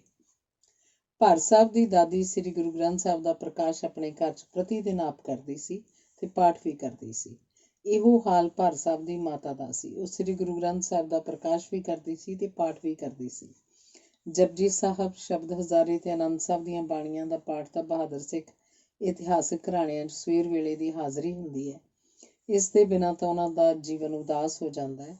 ਇਹਨਾਂ ਪਾਠਾਂ ਦੇ ਆਸਰੇ ਉਹ ਆਪਣੇ ਘਰਾਂ ਦੀ ਵਡਿਆਈ ਕਾਇਮ ਰੱਖਿਆ ਕਰਦੇ ਹਨ। ਗੁਰਬਾਣੀ ਦੀ ਪ੍ਰੇਰਨਾ ਦੁਆਰਾ ਤੇ ਪਰਉਪਕਾਰ ਦੇ ਕੰਮ ਕਰਕੇ ਜਨਤਾ ਤੋਂ ਵਾਹ ਲਿਆ ਕਰਦੇ ਹਨ। ਜਿਵੇਂ ਭਾਰਤ ਸਾਹਿਬ ਦਾ ਪਿਤਾ ਜਨਤਾ ਦੇ ਕੰਮ ਕਰਕੇ ਜਨਤਾ ਤੋਂ ਵਾਹ ਲਿਆ ਕਰਦਾ ਸੀ। ਭਾਰਤ ਸਾਹਿਬ ਦਾ ਪਿਤਾ 16 ਸਾਲ ਦੀ ਉਮਰ ਤੋਂ ਜਪਜੀ ਸਾਹਿਬ ਦਾ ਪਾਠ ਕਰਨ ਲੱਗ ਪਿਆ ਸੀ। ਉਹ ਬਹੁਤ ਸੱਚ ਬੋਲਣ ਵਾਲਾ ਬੰਦਾ ਸੀ। ਮੈਂ ਉਹਨੂੰ ਕਦੇ ਅੰਮ੍ਰਿਤਸਰ ਸ਼ਹਿਰ 'ਚ ਦੇਖਿਆ ਕਰਦਾ ਸੀ। ਉਹਦੀ ਪੋਸ਼ਾਕ ਸਧਾਰਨ ਪੇਂਡੂ ਬੰਦਿਆਂ ਵਾਲੀ ਹੁੰਦੀ ਸੀ। ਕੋਈ ਨਹੀਂ ਕਹਿ ਸਕਦਾ ਸੀ ਕਿ ਉਹ ਬਹੁਤ ਵੱਡਾ ਅਮੀਰ ਆਦਮੀ ਹੈ। ਮੈਨੂੰ ਦੇਖਦੇ ਹੀ ਉਹ ਜੇਬ ਵਿੱਚੋਂ ਕੁਝ ਰੁਪਏ ਕੱਢ ਕੇ ਦਿੱਤਾ ਕਰਦਾ ਸੀ। ਭਾਰਤ ਸਾਹਿਬ ਨੂੰ ਵੀ ਛੋਟੀ ਉਮਰ ਤੋਂ ਹੀ ਨਿਤਨੇਮ ਦੀਆਂ ਬਾਣੀਆਂ ਪੜ੍ਹਨ ਦੀ ਆਦਤ ਉਹਨਾਂ ਦੀ ਮਾਤਾ ਵੱਲੋਂ ਪਾਈ ਗਈ ਸੀ। ਪਰ ਸੰਨ 1970 ਤੋਂ ਨਿਤਨੇਮ ਦੀਆਂ ਬਾਣੀਆਂ ਦਾ ਪੂਰਾ ਪਾਠ ਵੀ ਕਰਦੇ ਹਨ ਤੇ ਸਵਾਸ ਸਿਮਰਨ ਵੀ ਕਰਦੇ ਹਨ। ਉਹਨਾਂ ਦਾ ਵਿਆਹ 27 ਸਾਲ ਦੀ ਉਮਰ 'ਚ ਹੋਇਆ ਸੀ। ਉਹਨਾਂ ਦੇ ਸਹੁਰੇ ਦਾ ਨਾਮ ਡਾਕਟਰ ਜਗਤ ਸਿੰਘ ਸੀ, ਜਿਹੜਾ ਮਲੇਸ਼ੀਆ 'ਚ ਬਹੁਤ ਪ੍ਰਸਿੱਧ ਸਿੱਖ ਹੋਇਆ ਸੀ। ਉਹਨੇ ਮਲੇਸ਼ੀਆ ਵਿੱਚ ਸਿੱਖੀ ਦਾ ਬਹੁਤ ਪ੍ਰਚਾਰ ਕੀਤਾ ਸੀ। ਜਿੰਨਾ ਚਿਰ ਉਹ ਜਿਉਂਦਾ ਰਿਹਾ, ਭਾਰਤ ਦੇ ਸਿੱਖ ਅਖਬਾਰਾਂ 'ਚ ਉਹਦਾ ਨਾਮ ਆਉਂਦਾ ਰਿਹਾ। ਭਾਰਤ ਸਾਹਿਬ ਦੀ ਸੁਪਤਨੀ ਨੂੰ ਉਹਦੇ ਪਿਤਾ ਨੇ ਈਸਾਈ ਸਕੂਲਾਂ, ਕਾਨਵੈਂਟਾਂ 'ਚ ਪੜ੍ਹਾਇਆ ਸੀ। ਉਸ ਸਕੂਲ ਦੇ ਅਧਿਆਪਕ ਕਿਸੇ ਹੋਰ ਧਰਮਾਂ ਦੇ ਵਿਦਿਆਰਥੀਆਂ ਨੂੰ ਆਪਣੇ ਧਰਮ ਦੀਆਂ ਬਾਣੀਆਂ ਦਾ ਪਾਠ ਨਹੀਂ ਕਰਨ ਦਿੰਦੇ ਸਨ। ਭਾਰਤ ਸਾਹਿਬ ਦੀ ਸੁਪਤਨੀ ਉਸ ਸਕੂਲੇ ਪੜ੍ਹਦੀ ਹੋਈ ਛੁਪ ਕੇ ਗੁਰਬਾਣੀ ਦੇ ਨਿਤਨੇਮ ਦਾ ਪਾਠ ਕਰਦੀ ਹੁੰਦੀ ਸੀ। ਹੁਣ ਵੀ ਭਾਰਤ ਸਾਹਿਬ ਨੇ ਵਧੀਆ ਕਮਰਾ ਆਪਣੀ ਕੋਠੀ ਵਿੱਚ ਸ੍ਰੀ ਗੁਰੂ ਗ੍ਰੰਥ ਸਾਹਿਬ ਦੇ ਪ੍ਰਕਾਸ਼ ਲਈ ਬਣਾਇਆ ਹੋਇਆ, ਜਿਸ ਵਿੱਚ ਭਾਰਤ ਸਾਹਿਬ ਦੀ ਸੁਪਤਨੀ ਰੋਜ਼ ਸ੍ਰੀ ਗੁਰੂ ਗ੍ਰੰਥ ਸਾਹਿਬ ਦਾ ਪ੍ਰਕਾਸ਼ ਕਰਦੀ ਹੈ ਤੇ ਸ੍ਰੀ ਗੁਰੂ ਗ੍ਰੰਥ ਸਾਹਿਬ ਦਾ ਪਾਠ ਕਰਦੀ ਹੈ। ਭਾਰਤ ਸਾਹਿਬ ਦੀ ਕੋਠੀ ਡਿਪਟੀ ਕਮਿਸ਼ਨਰ ਦੀ ਕੋਠੀ ਦੇ ਨਾਲ ਲੱਗਦੀ ਬਸਤੀ ਗ੍ਰੀਨ ਐਵੀਨਿਊ ਦੀ ਗਲੀ ਵਿੱਚ ਸੱਜੇ ਪਾਸੇ ਅਖੀਰਲੀ ਕੋਠੀ ਹੈ। ਉਹਨਾਂ ਦੇ ਨਾਲ ਹੀ ਸਵਰਗੀ ਬ੍ਰਿਗੇਡੀਅਰ ਜਸਵੰਤ ਸਿੰਘ ਦਾ ਮਕਾਨ ਵੀ ਹੈ, ਜਿਸ ਦੀ ਸੁਪਤਨੀ ਸਵੇਰੇ 3 ਵਜੇ ਉੱਠ ਕੇ ਇਸ਼ਨਾਨ ਕਰਕੇ ਤੇ ਪਿੱਛੋਂ ਸ੍ਰੀ ਗੁਰੂ ਗ੍ਰੰਥ ਸਾਹਿਬ ਦਾ ਪ੍ਰਕਾਸ਼ ਕਰਦੀ ਤੇ ਪਾਠ ਕਰਦੀ ਹੈ। 5 ਬਾਣੀਆਂ ਦਾ ਪਾਠ ਤੇ ਸਵਾਸ ਨਾਮ ਸਿਮਰਨ ਕਰਨ ਲੱਗ ਪੈਂਦੀ ਹੈ। ਬ੍ਰਿਗੇਡੀਅਰ ਜਸਵੰਤ ਸਿੰਘ ਦੀ ਅਲਮਾਰੀ ਗੁਰਬਾਣੀ ਦੀਆਂ ਟੇਪਾਂ ਨਾਲ ਭਰੀ ਪਈ ਹੈ। ਉਸ ਬੀਬੀ ਦੇ ਦਰਸ਼ਨ ਕਰਕੇ ਪਤਾ ਲੱਗ ਸਕਦਾ ਹੈ ਕਿ ਸਿਨੇਮਾ ਤੇ ਟੈਲੀਵਿਜ਼ਨ ਦੇ ਗੰਦੇ ਸਾਹਿਤ ਦੀ ਵਗਾਈ ਹੋਈ ਕਾਮ ਵਾਸ਼ਨਾ ਦੀ ਹਨੇਰੇ 'ਚ ਮਨ ਦੀ ਪਵਿੱਤਰਤਾ ਨਾਲ 65 ਸਾਲਾਂ ਦੀ ਉਮਰ ਵਿੱਚ ਕਿਸ ਤਰ੍ਹਾਂ ਰੱਬ ਦੇ ਨੂਰ ਭਰੇ ਚਿਹਰੇ ਤੇ ਚੰਨ ਵਰਗੇ ਸਰੀਰ ਸੰਭਾਲ ਕੇ ਰੱਖੇ ਜਾ ਸਕਦੇ ਹਨ। ਜਿਹੜਾ ਬੰਦਾ ਰਾਤ ਨੂੰ ਸੌਣ ਲੱਗਿਆ ਕੀਰਤਨ ਸੋਲੇ ਦਾ ਪਾਠ ਕਰਕੇ ਸੌਏਗਾ ਤੇ ਕੀਰਤਨ ਸੋਲੇ ਦੇ ਹੇਠ ਲਿਖੇ ਸ਼ਬਦ ਕਾਮ ਕ੍ਰੋਧ ਨਗਰ ਬਹੁ ਭਰਿਆ ਮਿਲ ਸਾਧੂ ਖੰਡਲ ਖੰਡਾ ਹੈ, ਇਹ ਸੰਸਾਰ ਵਿਕਾਰ ਸੰਸੇ ਮੈਂ ਤਰਿਓ ਬ੍ਰਹਮ ਗਿਆਨੀ, ਉਹਦੇ ਮਨ ਨੂੰ ਵਿਸ਼ੇ ਵਿਕਾਰਾਂ ਵੱਲੋਂ ਜੰਦਰਾ ਲਾ ਦਿੰਦੇ ਹਨ ਤੇ ਰਾਤ ਨੂੰ ਉਹਨਾਂ ਨੂੰ ਸੁਪਨੇ ਵੀ ਗੁਰਬਾਣੀ ਦੇ ਆਉਂਦੇ ਹਨ। ਜਿਹੜੀ ਇਸਤਰੀ ਦਿਨ 'ਚ ਜਪਜੀ ਸਾਹਿਬ ਦੇ ਜਤ ਪਹਾਰਾ ਧੀਰੇ ਸੁਨਿਆਰਾ ਤੇ ਮਨ ਜੀਤਿਆ ਜਗ ਜੀਤ, थाल विच तिन वस्तु पयो, सत संतोख विचारो, अमृत नाम ठाकर का पयो, जिसका सब सधारो। जेको खावै जेको भुंचै, तिसका होयो धारो। ए वस तजी न जाई, नित नित रख खुरधारो। तम संसार चरण लग तरिए, सब नानक ब्रह्म पसारो। ਅਤੇ ਆਨੰਦ ਸਾਹਿਬ ਦੀ ਤੁਕ ਹੋਰ ਅਨਰਸ ਸਭ ਵਿਸਰੇ, ਆਦ ਸ਼ਬਦਾਂ ਦੇ ਪ੍ਰਭਾਵ ਹੇਠ ਦਿਨ ਗੁਜ਼ਾਰੇਗੀ ਤੇ ਰਾਤ ਨੂੰ ਸੌਣ ਲੱਗਿਆ ਆਪਣੇ ਮੰਜੇ ਦੇ ਆਲੇ ਦੁਆਲੇ ਕੀਰਤਨ ਸੋਲੇ ਦੇ ਹੇਠ ਲਿਖੇ ਸ਼ਬਦਾਂ ਨਾਲ ਰਾਮ ਕਾਰ ਖਿੱਚ ਲਏਗੀ। ਉਸ ਲਈ ਸ੍ਰੀ ਗੁਰੂ ਗੋਬਿੰਦ ਸਾਹਿਬ ਦੇ ਹੇਠ ਲਿਖੇ ਸ਼ਬਦਾਂ ਦੇ ਰੂਪ 'ਚ ਵਰਦਾਨ ਬਖਸ਼ਿਆ ਹੋਇਆ ਹੈ। ਸਦਾ ਰਹੇ ਕੰਚਨ ਸੇ ਕਾਇਆ, ਕਾਲ ਨ ਕਬਹੂ ਵਿਆਪੈ। ਸੰਸਾਰ ਦੇ ਬੰਦਿਓ, ਆਬਾਦੀ ਦੇ ਮਸਲੇ ਦਾ ਹੱਲ ਸਿੱਖ ਸੱਭਿਆਚਾਰ ਵਿੱਚੋਂ ਲੱਭ ਸਕਦਾ ਹੈ, ਗੋਲੀਆਂ ਤੇ ਆਪਰੇਸ਼ਨਾਂ ਵਿੱਚੋਂ ਨਹੀਂ। ਭਾਈ ਗੁਰਦਾਸ ਜੀ ਦੇ ਹੇਠ ਲਿਖੇ ਵਾਕਾਂ 'ਚ ਆਬਾਦੀ ਦੇ ਮਸਲੇ ਦਾ ਹੱਲ ਛੁਪਿਆ। ਗੁਰਸਿੱਖ ਭਲਕੇ ਉੱਠ ਕਰ ਅੰਮ੍ਰਿਤ ਵੇਲੇ ਸਰ ਨਵੰਦਾ, ਗੁਰ ਕੈ ਬਚਨ ਉਚਾਰ ਕੇ ਧਰਮਸਾਲ ਦੀ ਸੁਰਤ ਕਰੰਦਾ। ਸਾਧ ਸੰਗਤ ਵਿੱਚ ਜਾਈ ਕੇ ਗੁਰਬਾਣੀ ਦੀ ਪ੍ਰੀਤ ਸੁਣੰਦਾ, ਸੰਕਾ ਮਨੋਂ ਮਿਟਾਈ ਕੇ ਗੁਰਸਿੱਖਾਂ ਦੀ ਸੇਵ ਕਰੰਦਾ। ਕਿਰਤ ਵਿਰਤ ਕਰ ਧਰਮ ਦੀ, ਲੈ ਪ੍ਰਸਾਦ ਆਣ ਵਰਤੰਦਾ। ਗੁਰਸਿੱਖਾਂ ਨੂੰ ਦੇ ਕਰ ਪਿੱਛੋਂ ਬਚਿਆ ਆਪ ਖਵੰਦਾ। ਕਲੀ ਕਾਲ ਪਰਗਾਸ ਕਰ ਗੁਰ ਚੇਲਾ, ਚੇਲਾ ਗੁਰ ਸੰਦਾ। ਗੁਰਮੁਖ ਗਾਡੀ ਰਾਹ ਚਲੰਦਾ। ਵਾਰ ਭਾਈ ਗੁਰਦਾਸ ਜੀ। ਗੁਰਮੁਖ ਮੁੱਖ ਗੁਰੂ, ਮੁਖੀ ਗੁਰੂ, ਸ਼੍ਰੋਮਣੀ ਗੁਰੂ ਸਤਿਗੁਰ ਨੇ ਗੁਰਸਿੱਖਾਂ ਲਈ ਇੱਕ ਗਾਡੀ ਰਾਹ ਚਲਾਇਆ, ਜਿਸ ਤੇ ਤੁਰ ਕੇ ਵੱਡੀ ਤੋਂ ਵੱਡੀ ਮੰਜ਼ਿਲ ਤੇ ਪੁੱਜ ਜਾਈਦਾ। ਸਗੋਂ ਗੁਰੂ ਨਾਲ ਅਭੇਦ ਵੀ ਹੋ ਜਾਈਦਾ। ਉਹ ਰਾਹ ਇਹ ਹੈ। ਗੁਰੂ ਦਾ ਸਿੱਖ ਹਰ ਰੋਜ਼ ਅੰਮ੍ਰਿਤ ਵੇਲੇ ਉੱਠ ਕੇ ਸਰੋਵਰਾਂ ਅਥਵਾ ਖੂਹਾਂ ਤੇ ਤਲਾਬਾਂ ਤੇ ਇਸ਼ਨਾਨ ਕਰਦਾ ਹੈ। ਗੁਰੂ ਦੇ ਬਚਨ, ਜਪਜੀ, ਸ਼ਬਦ ਹਜ਼ਾਰੇ ਤੇ ਆਨੰਦ ਸਾਹਿਬ ਆਦਿਕ ਬਾਣੀਆਂ ਪੜ੍ਹ ਕੇ ਧਰਮਸ਼ਾਲਾ ਦੀ ਸੁਰਤ ਵਿੱਚ ਜਾ ਕੇ ਸਤਸੰਗ ਕਰਦਾ ਹੈ। ਸਾਧ ਸੰਗਤ ਵਿੱਚ ਮਿਲ ਕੇ ਗੁਰੂ ਦੀ ਬਾਣੀ ਪ੍ਰੀਤ ਨਾਲ ਸੁਣਦਾ ਹੈ। ਮਨ ਵਿੱਚੋਂ ਸ਼ੰਕਾਵਾਂ ਦੂਰ ਕਰਕੇ ਗੁਰੂ ਦੇ ਸਿੱਖਾਂ ਮਤਲਬ ਸੰਗਤਾਂ ਦੀ ਸੇਵਾ ਕਰਦਾ ਹੈ। ਉਹ ਦਸਾਂ ਨੌਆਂ ਦੀ ਧਰਮ ਦੀ ਕਿਰਤ ਕਰਕੇ ਉਸ ਵਿੱਚੋਂ ਪ੍ਰਸ਼ਾਦੇ ਸਾਧ ਸੰਗਤ ਵਿੱਚੋਂ ਲਿਆ ਕੇ ਵਰਤਾਉਂਦਾ ਹੈ। ਪਹਿਲਾਂ ਗੁਰਸਿੱਖਾਂ ਨੂੰ ਦੇ ਕੇ ਛਕਾ ਕੇ ਬਚੇ ਵਿੱਚੋਂ ਫਿਰ ਆਪ ਛਕਦਾ ਹੈ। ਮੇਰੇ ਸਤਿਗੁਰ ਨੇ ਕਲਯੁਗ ਵਿੱਚ ਪ੍ਰਕਾਸ਼ ਲੈ ਕੇ ਐਸੀ ਕਲਾ ਵਰਤਾਈ ਹੈ ਕਿ ਸਾਧ ਸੰਗਤ ਦੁਆਰਾ ਗੁਰੂ ਦੇ ਚੇਲਾ ਅਭੇਦ ਹੋ ਜਾਂਦੇ ਹਨ। ਗੁਰਮੁਖ ਨੇ ਇਹ ਗਾਡੀ ਰਾਹ ਸਭ ਦੇ ਕਲਿਆਣ ਲਈ ਚਲਾ ਦਿੱਤੀ। ਕੁਰਬਾਣੀ ਤਿਨਾਂ ਗੁਰਸਿੱਖਾਂ, ਪਿਛਲ ਰਾਤੀ ਉੱਠ ਬਹੰਦੇ। ਕੁਰਬਾਣੀ ਤਿਨਾਂ ਗੁਰਸਿੱਖਾਂ, ਅੰਮ੍ਰਿਤ ਵੇਲੇ ਸਿਰ ਨਾ ਵੰਦੇ। ਕੁਰਬਾਣੀ ਤਿਨਾਂ ਗੁਰਸਿੱਖਾਂ, ਹੋਏ ਇੱਕ ਮਨ ਗੁਰ ਜਾਪ ਜਪੰਦੇ। ਕੁਰਬਾਣੀ ਤਿਨਾਂ ਗੁਰਸਿੱਖਾਂ, ਸਾਧ ਸੰਗਤ ਚਲ ਜਾਏ ਜੁੜੰਦੇ। ਕੁਰਬਾਣੀ ਤਿਨਾਂ ਗੁਰਸਿੱਖਾਂ, ਗੁਰਬਾਣੀ ਨਿਤ ਗਾਏ ਸੁਣੰਦੇ। ਕੁਰਬਾਣੀ ਤਿਨਾਂ ਗੁਰਸਿੱਖਾਂ, ਮਨ ਮੇਲੀ ਕਰ ਮੇਲ ਮਿਲੰਦੇ। ਕੁਰਬਾਣੀ ਤਿਨਾਂ ਗੁਰਸਿੱਖਾਂ, ਭਾਈ ਭਗਤ ਗੁਰਪੁਰਬ ਕਰੰਦੇ। ਗੁਰ ਸੇਵਾ ਫਲ ਸੁਫਲ ਫਲੰਦੇ। ਉਸ ਸੱਭਿਆਚਾਰ ਦੇ ਮੂਲ ਦਾ ਆਧਾਰ ਸ੍ਰੀ ਗੁਰੂ ਰਾਮਦਾਸ ਦਾ ਹੇਠ ਲਿਖਿਆ ਸ਼ਬਦ, ਗੁਰ ਸਤਿਗੁਰ ਕਾ ਜੋ ਸਿੱਖ ਖਾਏ, ਸੋ ਭਲਕੇ ਉਠ ਨਾਮ ਤੇ ਆਵੇ। ਉਦਮ ਕਰੇ ਭਲਕੇ ਪ੍ਰਭਾਤੀ, ਇਸਨਾਨ ਕਰੇ ਅੰਮ੍ਰਿਤਸਰ ਨਾਵੇ। ਉਪਦੇਸ਼ ਗੁਰੂ ਹਰ ਹਰ ਜਪ ਜਾਪੈ, ਸਭ ਕਿਲਵਿਕ ਪਾਪ ਦੁਖ ਲੈ ਜਾਵੇ। ਫਿਰ ਚੜ੍ਹੈ ਦਿਵਸ ਗੁਰਬਾਣੀ ਗਾਵੇ, ਬਹਿੰਦਿਆਂ ਉੱਠਦਿਆਂ ਹਰ ਨਾਮ ਧਿਆਵੇ। ਜੋ ਸਾਸ ਗਿਰਾਸ ਧਿਆਏ ਮੇਰਾ ਹਰ ਹਰ, ਸੋ ਗੁਰਸਿੱਖ ਗੁਰੂ ਮਨ ਭਾਵੈ। ਜਿਸ ਨੂੰ ਦਿਆਲ ਹੋਵੇ ਮੇਰਾ ਸੁਆਮੀ, ਤਿਸ ਗੁਰਸਿੱਖ ਗੁਰੂ ਉਪਦੇਸ਼ ਸੁਣਾਵੇ। ਜਨ ਨਾਨਕ ਧੂੜ ਮੰਗੈ ਤਿਸ ਗੁਰਸਿੱਖੀ, ਜੋ ਆਪ ਜਪੈ ਅਵਰੈ ਨਾਮ ਜਪਾਵੇ। ਸਤਿਗੁਰ ਦਾ ਸਿੱਖ ਹੋਣ ਦਾ ਦਾਅਵਾ ਜੋ ਮਨੁੱਖ ਕਰਦਾ ਹੈ, ਉਹ ਹਰ ਰੋਜ਼ ਸਵੇਰੇ ਉੱਠ ਕੇ ਹਰੀ ਦਾ ਨਾਮ ਧਿਆਉਂਦਾ ਹੈ। ਉਹਦਾ ਹਰ ਰੋਜ਼ ਦਾ ਇਹ ਉਦਮ ਹੋ ਗਿਆ ਹੁੰਦਾ ਹੈ ਕਿ ਉਹ ਅੰਮ੍ਰਿਤ ਦੇ ਸਰੋਵਰ 'ਚ ਰੂਹਾਨੀ ਇਸ਼ਨਾਨ ਕਰਦਾ ਹੈ। ਗੁਰੂ ਦੇ ਉਪਦੇਸ਼ ਦੁਆਰਾ ਉਹ ਹਰੀ ਦਾ ਜਾਪ ਜਪਦਾ ਹੈ, ਜਿਹਦੇ ਕਾਰਨ ਉਹਦੇ ਸਾਰੇ ਦੋਸ਼ ਤੇ ਪਾਪ ਨਸ਼ਟ ਹੋ ਜਾਂਦੇ ਹਨ। ਫਿਰ ਦਿਨ ਚੜ੍ਹਨ ਤੇ ਗੁਰਬਾਣੀ ਗਾਉਂਦਾ ਹੈ, ਉੱਠਦਿਆਂ ਬੈਠਦਿਆਂ ਹਰੀ ਦੇ ਨਾਮ ਨੂੰ ਆਪਣੇ ਧਿਆਨ 'ਚ ਰੱਖਦਾ ਹੈ। ਜਿਹੜਾ ਗੁਰਸਿੱਖ ਸਵਾਸ ਸਵਾਸ ਤੇ ਖਾਂਦਿਆਂ ਪੀਂਦਿਆਂ ਮੇਰੇ ਹਰੀ ਨੂੰ ਧਿਆਉਂਦਾ ਰਹਿੰਦਾ ਹੈ, ਉਹੋ ਹੀ ਗੁਰੂ ਦੀ ਪ੍ਰਸੰਨਤਾ ਪ੍ਰਾਪਤ ਕਰਦਾ ਹੈ। ਜਿਸ ਵਡਭਾਗੀ ਗੁਰਸਿੱਖ ਉੱਤੇ ਮੇਰਾ ਮਾਲਕ ਹਰੀ ਦਿਆਲ ਹੁੰਦਾ ਹੈ। ਗੁਰੂ ਉਪਦੇਸ਼ ਸੁਣਦੇ ਤਾਂ ਸਾਰੇ ਹੀ ਹੁੰਦੇ ਹਨ, ਪਰ ਗ੍ਰਹਿਣ ਕੋਈ ਵਡਭਾਗੀ ਕਰਦਾ ਹੈ। ਸਹੀ ਅਰਥਾਂ 'ਚ ਉਸੇ ਨੂੰ ਗੁਰੂ ਨੇ ਉਪਦੇਸ਼ ਸੁਣਾਇਆ ਹੈ। ਦਾਸ ਨਾਨਕ ਉਸ ਗੁਰਸਿੱਖ ਦੇ ਚਰਨਾਂ ਦੀ ਧੂੜੀ ਮੰਗਦਾ ਹੈ, ਜਿਹੜਾ ਆਪ ਨਾਮ ਜਪਦਾ ਹੈ ਤੇ ਦੂਜਿਆਂ ਨੂੰ ਨਾਮ ਜਪਣ ਦੇ ਰਾਹੇ ਪਾਉਂਦਾ ਹੈ। ਸਮੁੱਚਾ ਭਾਵ ਇਹ ਹੈ ਕਿ ਗੁਰਸਿੱਖ ਨਾਮ ਦਾ ਵਪਾਰੀ ਹੈ ਤੇ ਜੀਵਨ ਦੇ ਹਰ ਸਮੇਂ ਉਹ ਨਾਮ ਦਾ ਵਪਾਰ ਹੀ ਕਰਦਾ ਹੈ। ਪਰ ਨਾਮ ਦਾ ਵਪਾਰੀ ਕੀ ਹੁੰਦਾ ਹੈ? ਜੋ ਹਰੀ ਨੂੰ ਸਵਾਸ ਸਵਾਸ ਆਪਣੇ ਦਿਲ 'ਚ ਵਸਾਈ ਰੱਖਦਾ ਹੈ ਤੇ ਹਰੀ ਹੀ ਉਹਨੂੰ ਸਾਰੇ ਜੀਵਨ 'ਚ ਅਗਵਾਈ ਦਿੰਦਾ ਹੈ। ਸੱਚ, ਪ੍ਰੇਮ, ਪਿਆਰ, ਨਿਮਰਤਾ, ਮਿਠਾਸ, ਗਰੀਬੀ ਆਦਿਕ ਦੈਵੀ ਗੁਣਾਂ ਨਾਲੋਂ ਭਰਿਆ ਹੁੰਦਾ ਹੈ। ਕਿਉਂਕਿ ਉਹਦੇ ਅੰਦਰ ਵਸਦਾ ਹਰੀ ਇਹਨਾਂ ਗੁਣਾਂ ਨਾਲ ਭਰਪੂਰ ਹੈ। ਨਾਮ ਸਿਮਰਨ ਨਾਲ ਗੁਰਸਿੱਖ ਭਾਰਾ ਗੌਰਾ ਹੋ ਕੇ ਆਪਣਾ ਜੀਵਨ ਤੋਰਦਾ ਹੈ। ਉਸ ਵਿੱਚੋਂ ਸੁਤੇ ਹੀ ਸੱਚ, ਪਿਆਰ, ਸੇਵਾਨੰਦ ਆਦਿਕ ਗੁਣ ਨਿਕਲਦੇ ਹਨ। ਇਸੇ ਸੱਭਿਆਚਾਰ ਵਿੱਚੋਂ ਪਰਮਜੀਤ ਸਿੰਘ ਭਰ ਸਾਹਿਬ ਵਰਗੇ ਨੂਰਾਨੀ ਚਿਹਰਿਆਂ ਵਾਲੇ ਨੌਜਵਾਨ ਪੈਦਾ ਹੁੰਦੇ ਹਨ। ਇਸੇ ਸੱਭਿਆਚਾਰ ਨੇ ਸ਼ਹੀਦ ਬਾਬਾ ਦੀਪ ਸਿੰਘ, ਸਰਦਾਰ ਸ਼ਾਮ ਸਿੰਘ ਅਟਾਰੀਵਾਲਾ, ਅਕਾਲੀ ਫੂਲਾ ਸਿੰਘ ਜੈਸੇ ਇਤਿਹਾਸਿਕ ਸੂਰਮੇ ਪੈਦਾ ਕੀਤੇ ਤੇ ਸ੍ਰੀ ਗੁਰੂ ਗ੍ਰੰਥ ਸਾਹਿਬ ਦਾ ਇਹ ਸ਼ਬਦ ਉਹਨਾਂ ਨੂੰ ਦਿਨ ਰਾਤ ਰੱਬ ਦੇ ਭੈ ਵਿੱਚ ਰਹਿਣ ਤੇ ਪਵਿੱਤਰ ਜੀਵਨ ਬਿਤਾਉਣ ਲਈ ਪ੍ਰੇਰਦਾ ਰਿਹਾ ਸੀ। ਨਾਨਕ ਨਾਮ ਸੰਭਾਲੀ ਹੋ ਇਸ ਦੇਹੀ ਗੋਪਾਲਾ, ਭਈ ਪ੍ਰਾਪਤ ਮਾਨੁਖ ਦੇ ਹਰੀਆ, ਗੋਬਿੰਦ ਮਿਲਣ ਕੀ ਤੇਰੀ ਬਰੀਆ, ਨਿਵਰੇ ਦੂਤ ਦੁਸ਼ਟ ਬਹਿਰਾਈ, ਗੁਰਪੂਰੇ ਕਾ ਜਪਿਆ ਜਾ। ਭਰ ਸਾਹਿਬ ਦੀ ਸੰਤਾਨ ਇੱਕੋ ਪੁੱਤਰ ਹੈ ਜਿਹੜਾ ਦਿੱਲੀ ਵਿੱਚ ਸੁਪਰਿੰਟੈਂਡੈਂਟ ਪੁਲਿਸ ਹੈ। ਉਹ ਬੜਾ ਸੱਚਾ ਸੁੱਚਾ ਅਫਸਰ ਹੈ ਤੇ ਗਰੀਬਾਂ ਦੇ ਦੁੱਖੜੇ ਸੁਣਨਾ ਹੀ ਉਹਨੇ ਆਪਣੇ ਜੀਵਨ ਦਾ ਸਭ ਤੋਂ ਵੱਡਾ ਮਨੋਰਥ ਮਿਥਿਆ ਹੋਇਆ। ਭਰ ਸਾਹਿਬ ਦੀ ਜਿਹੜੀ ਜ਼ਮੀਨ ਪਿੰਡ ਫਤਿਆਬਾਦ 'ਚ ਹੈ, ਉਸ ਵਿੱਚੋਂ ਨਾ ਭਰ ਸਾਹਿਬ ਨੇ ਆਪਣੇ ਭਰਾ ਪਾਸੋਂ ਹਿੱਸਾ ਮੰਗਿਆ ਤੇ ਨਾ ਪੁੱਤਰ ਮੰਗਦਾ ਹੈ। ਕੁਝ ਸਾਲ ਹੋਏ ਮੈਨੂੰ ਪਟਿਆਲੇ ਸਿੱਖ ਬੱਚਿਆਂ ਨੂੰ ਗੁਰਬਾਣੀ ਦੇ ਪਾਠ ਮੁਕਾਬਲੇ ਦੇ ਇਨਾਮ ਦੇਣ ਲਈ ਜਾਣਾ ਪਿਆ ਸੀ। ਉੱਥੇ ਮੈਨੂੰ ਇੱਕ ਰਾਤ ਇੱਕ ਸਿੱਖ ਪ੍ਰੋਫੈਸਰ ਬਿਰਜਰਾਜ ਸਿੰਘ ਦੇ ਘਰ ਕੱਟਣੀ ਪਈ ਸੀ। ਉਹ ਸਿੱਖ ਪੰਜਾਬੀ ਯੂਨੀਵਰਸਿਟੀ ਪਟਿਆਲਾ ਵਿੱਚ ਅਰਥ ਸ਼ਾਸਤਰ ਦਾ ਪ੍ਰੋਫੈਸਰ ਸੀ।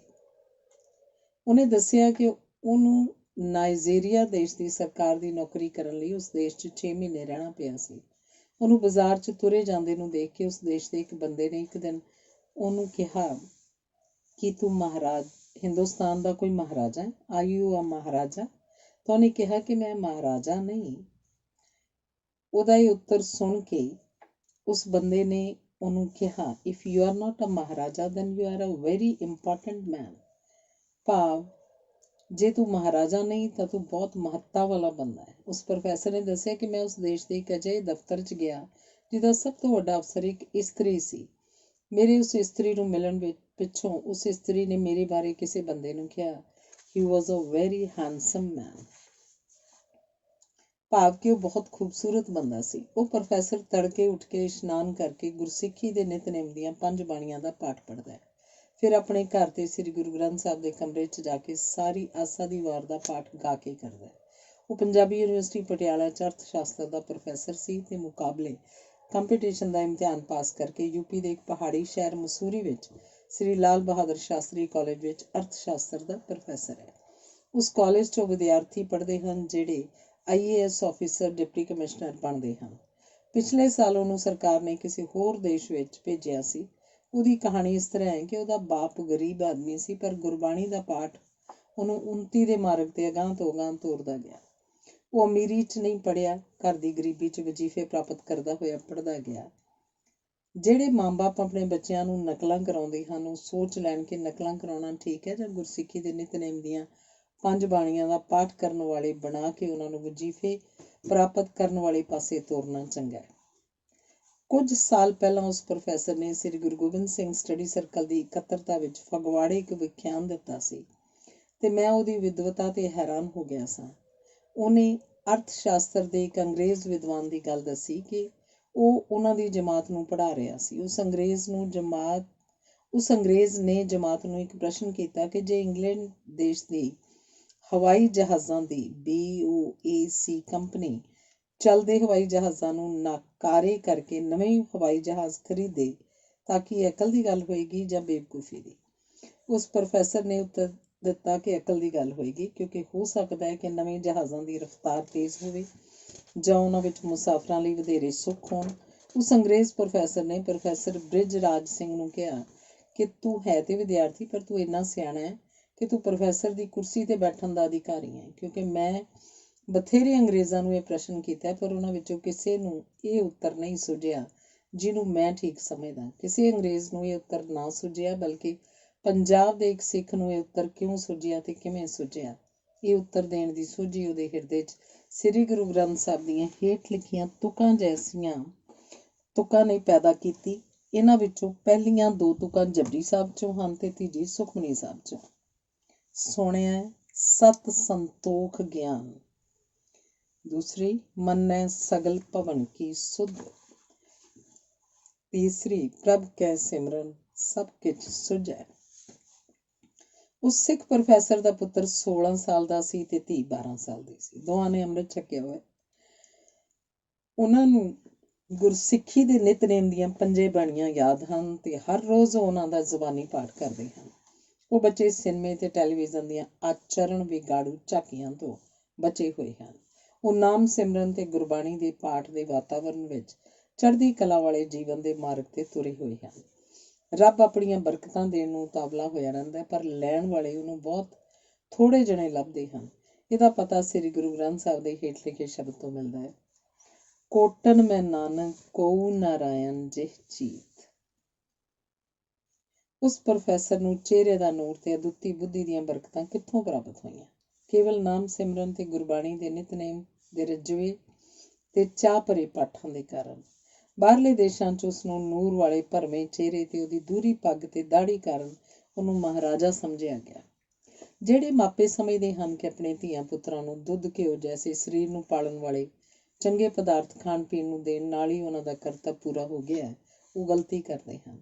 ਕਿਉਂਕਿ ਲੋੜ ਕੇਵਲ ਚੰਗੀ ਖੁਰਾਕ ਦੇ ਖਾਣ ਦੀ ਹੀ ਨਹੀਂ ਹੁੰਦੀ, ਬਲਕਿ ਉਸ ਸ਼ਕਤੀ ਨੂੰ ਵਿਸ਼ੇ ਵਿਕਾਰਾਂ ਤੋਂ ਬਚਾ ਕੇ ਸੰਭਾਲ ਕੇ ਰੱਖਣ ਤੇ ਆਪਣੇ ਸਰੀਰ 'ਚ ਰਚਾਉਣ ਦੀ ਹੁੰਦੀ ਹੈ।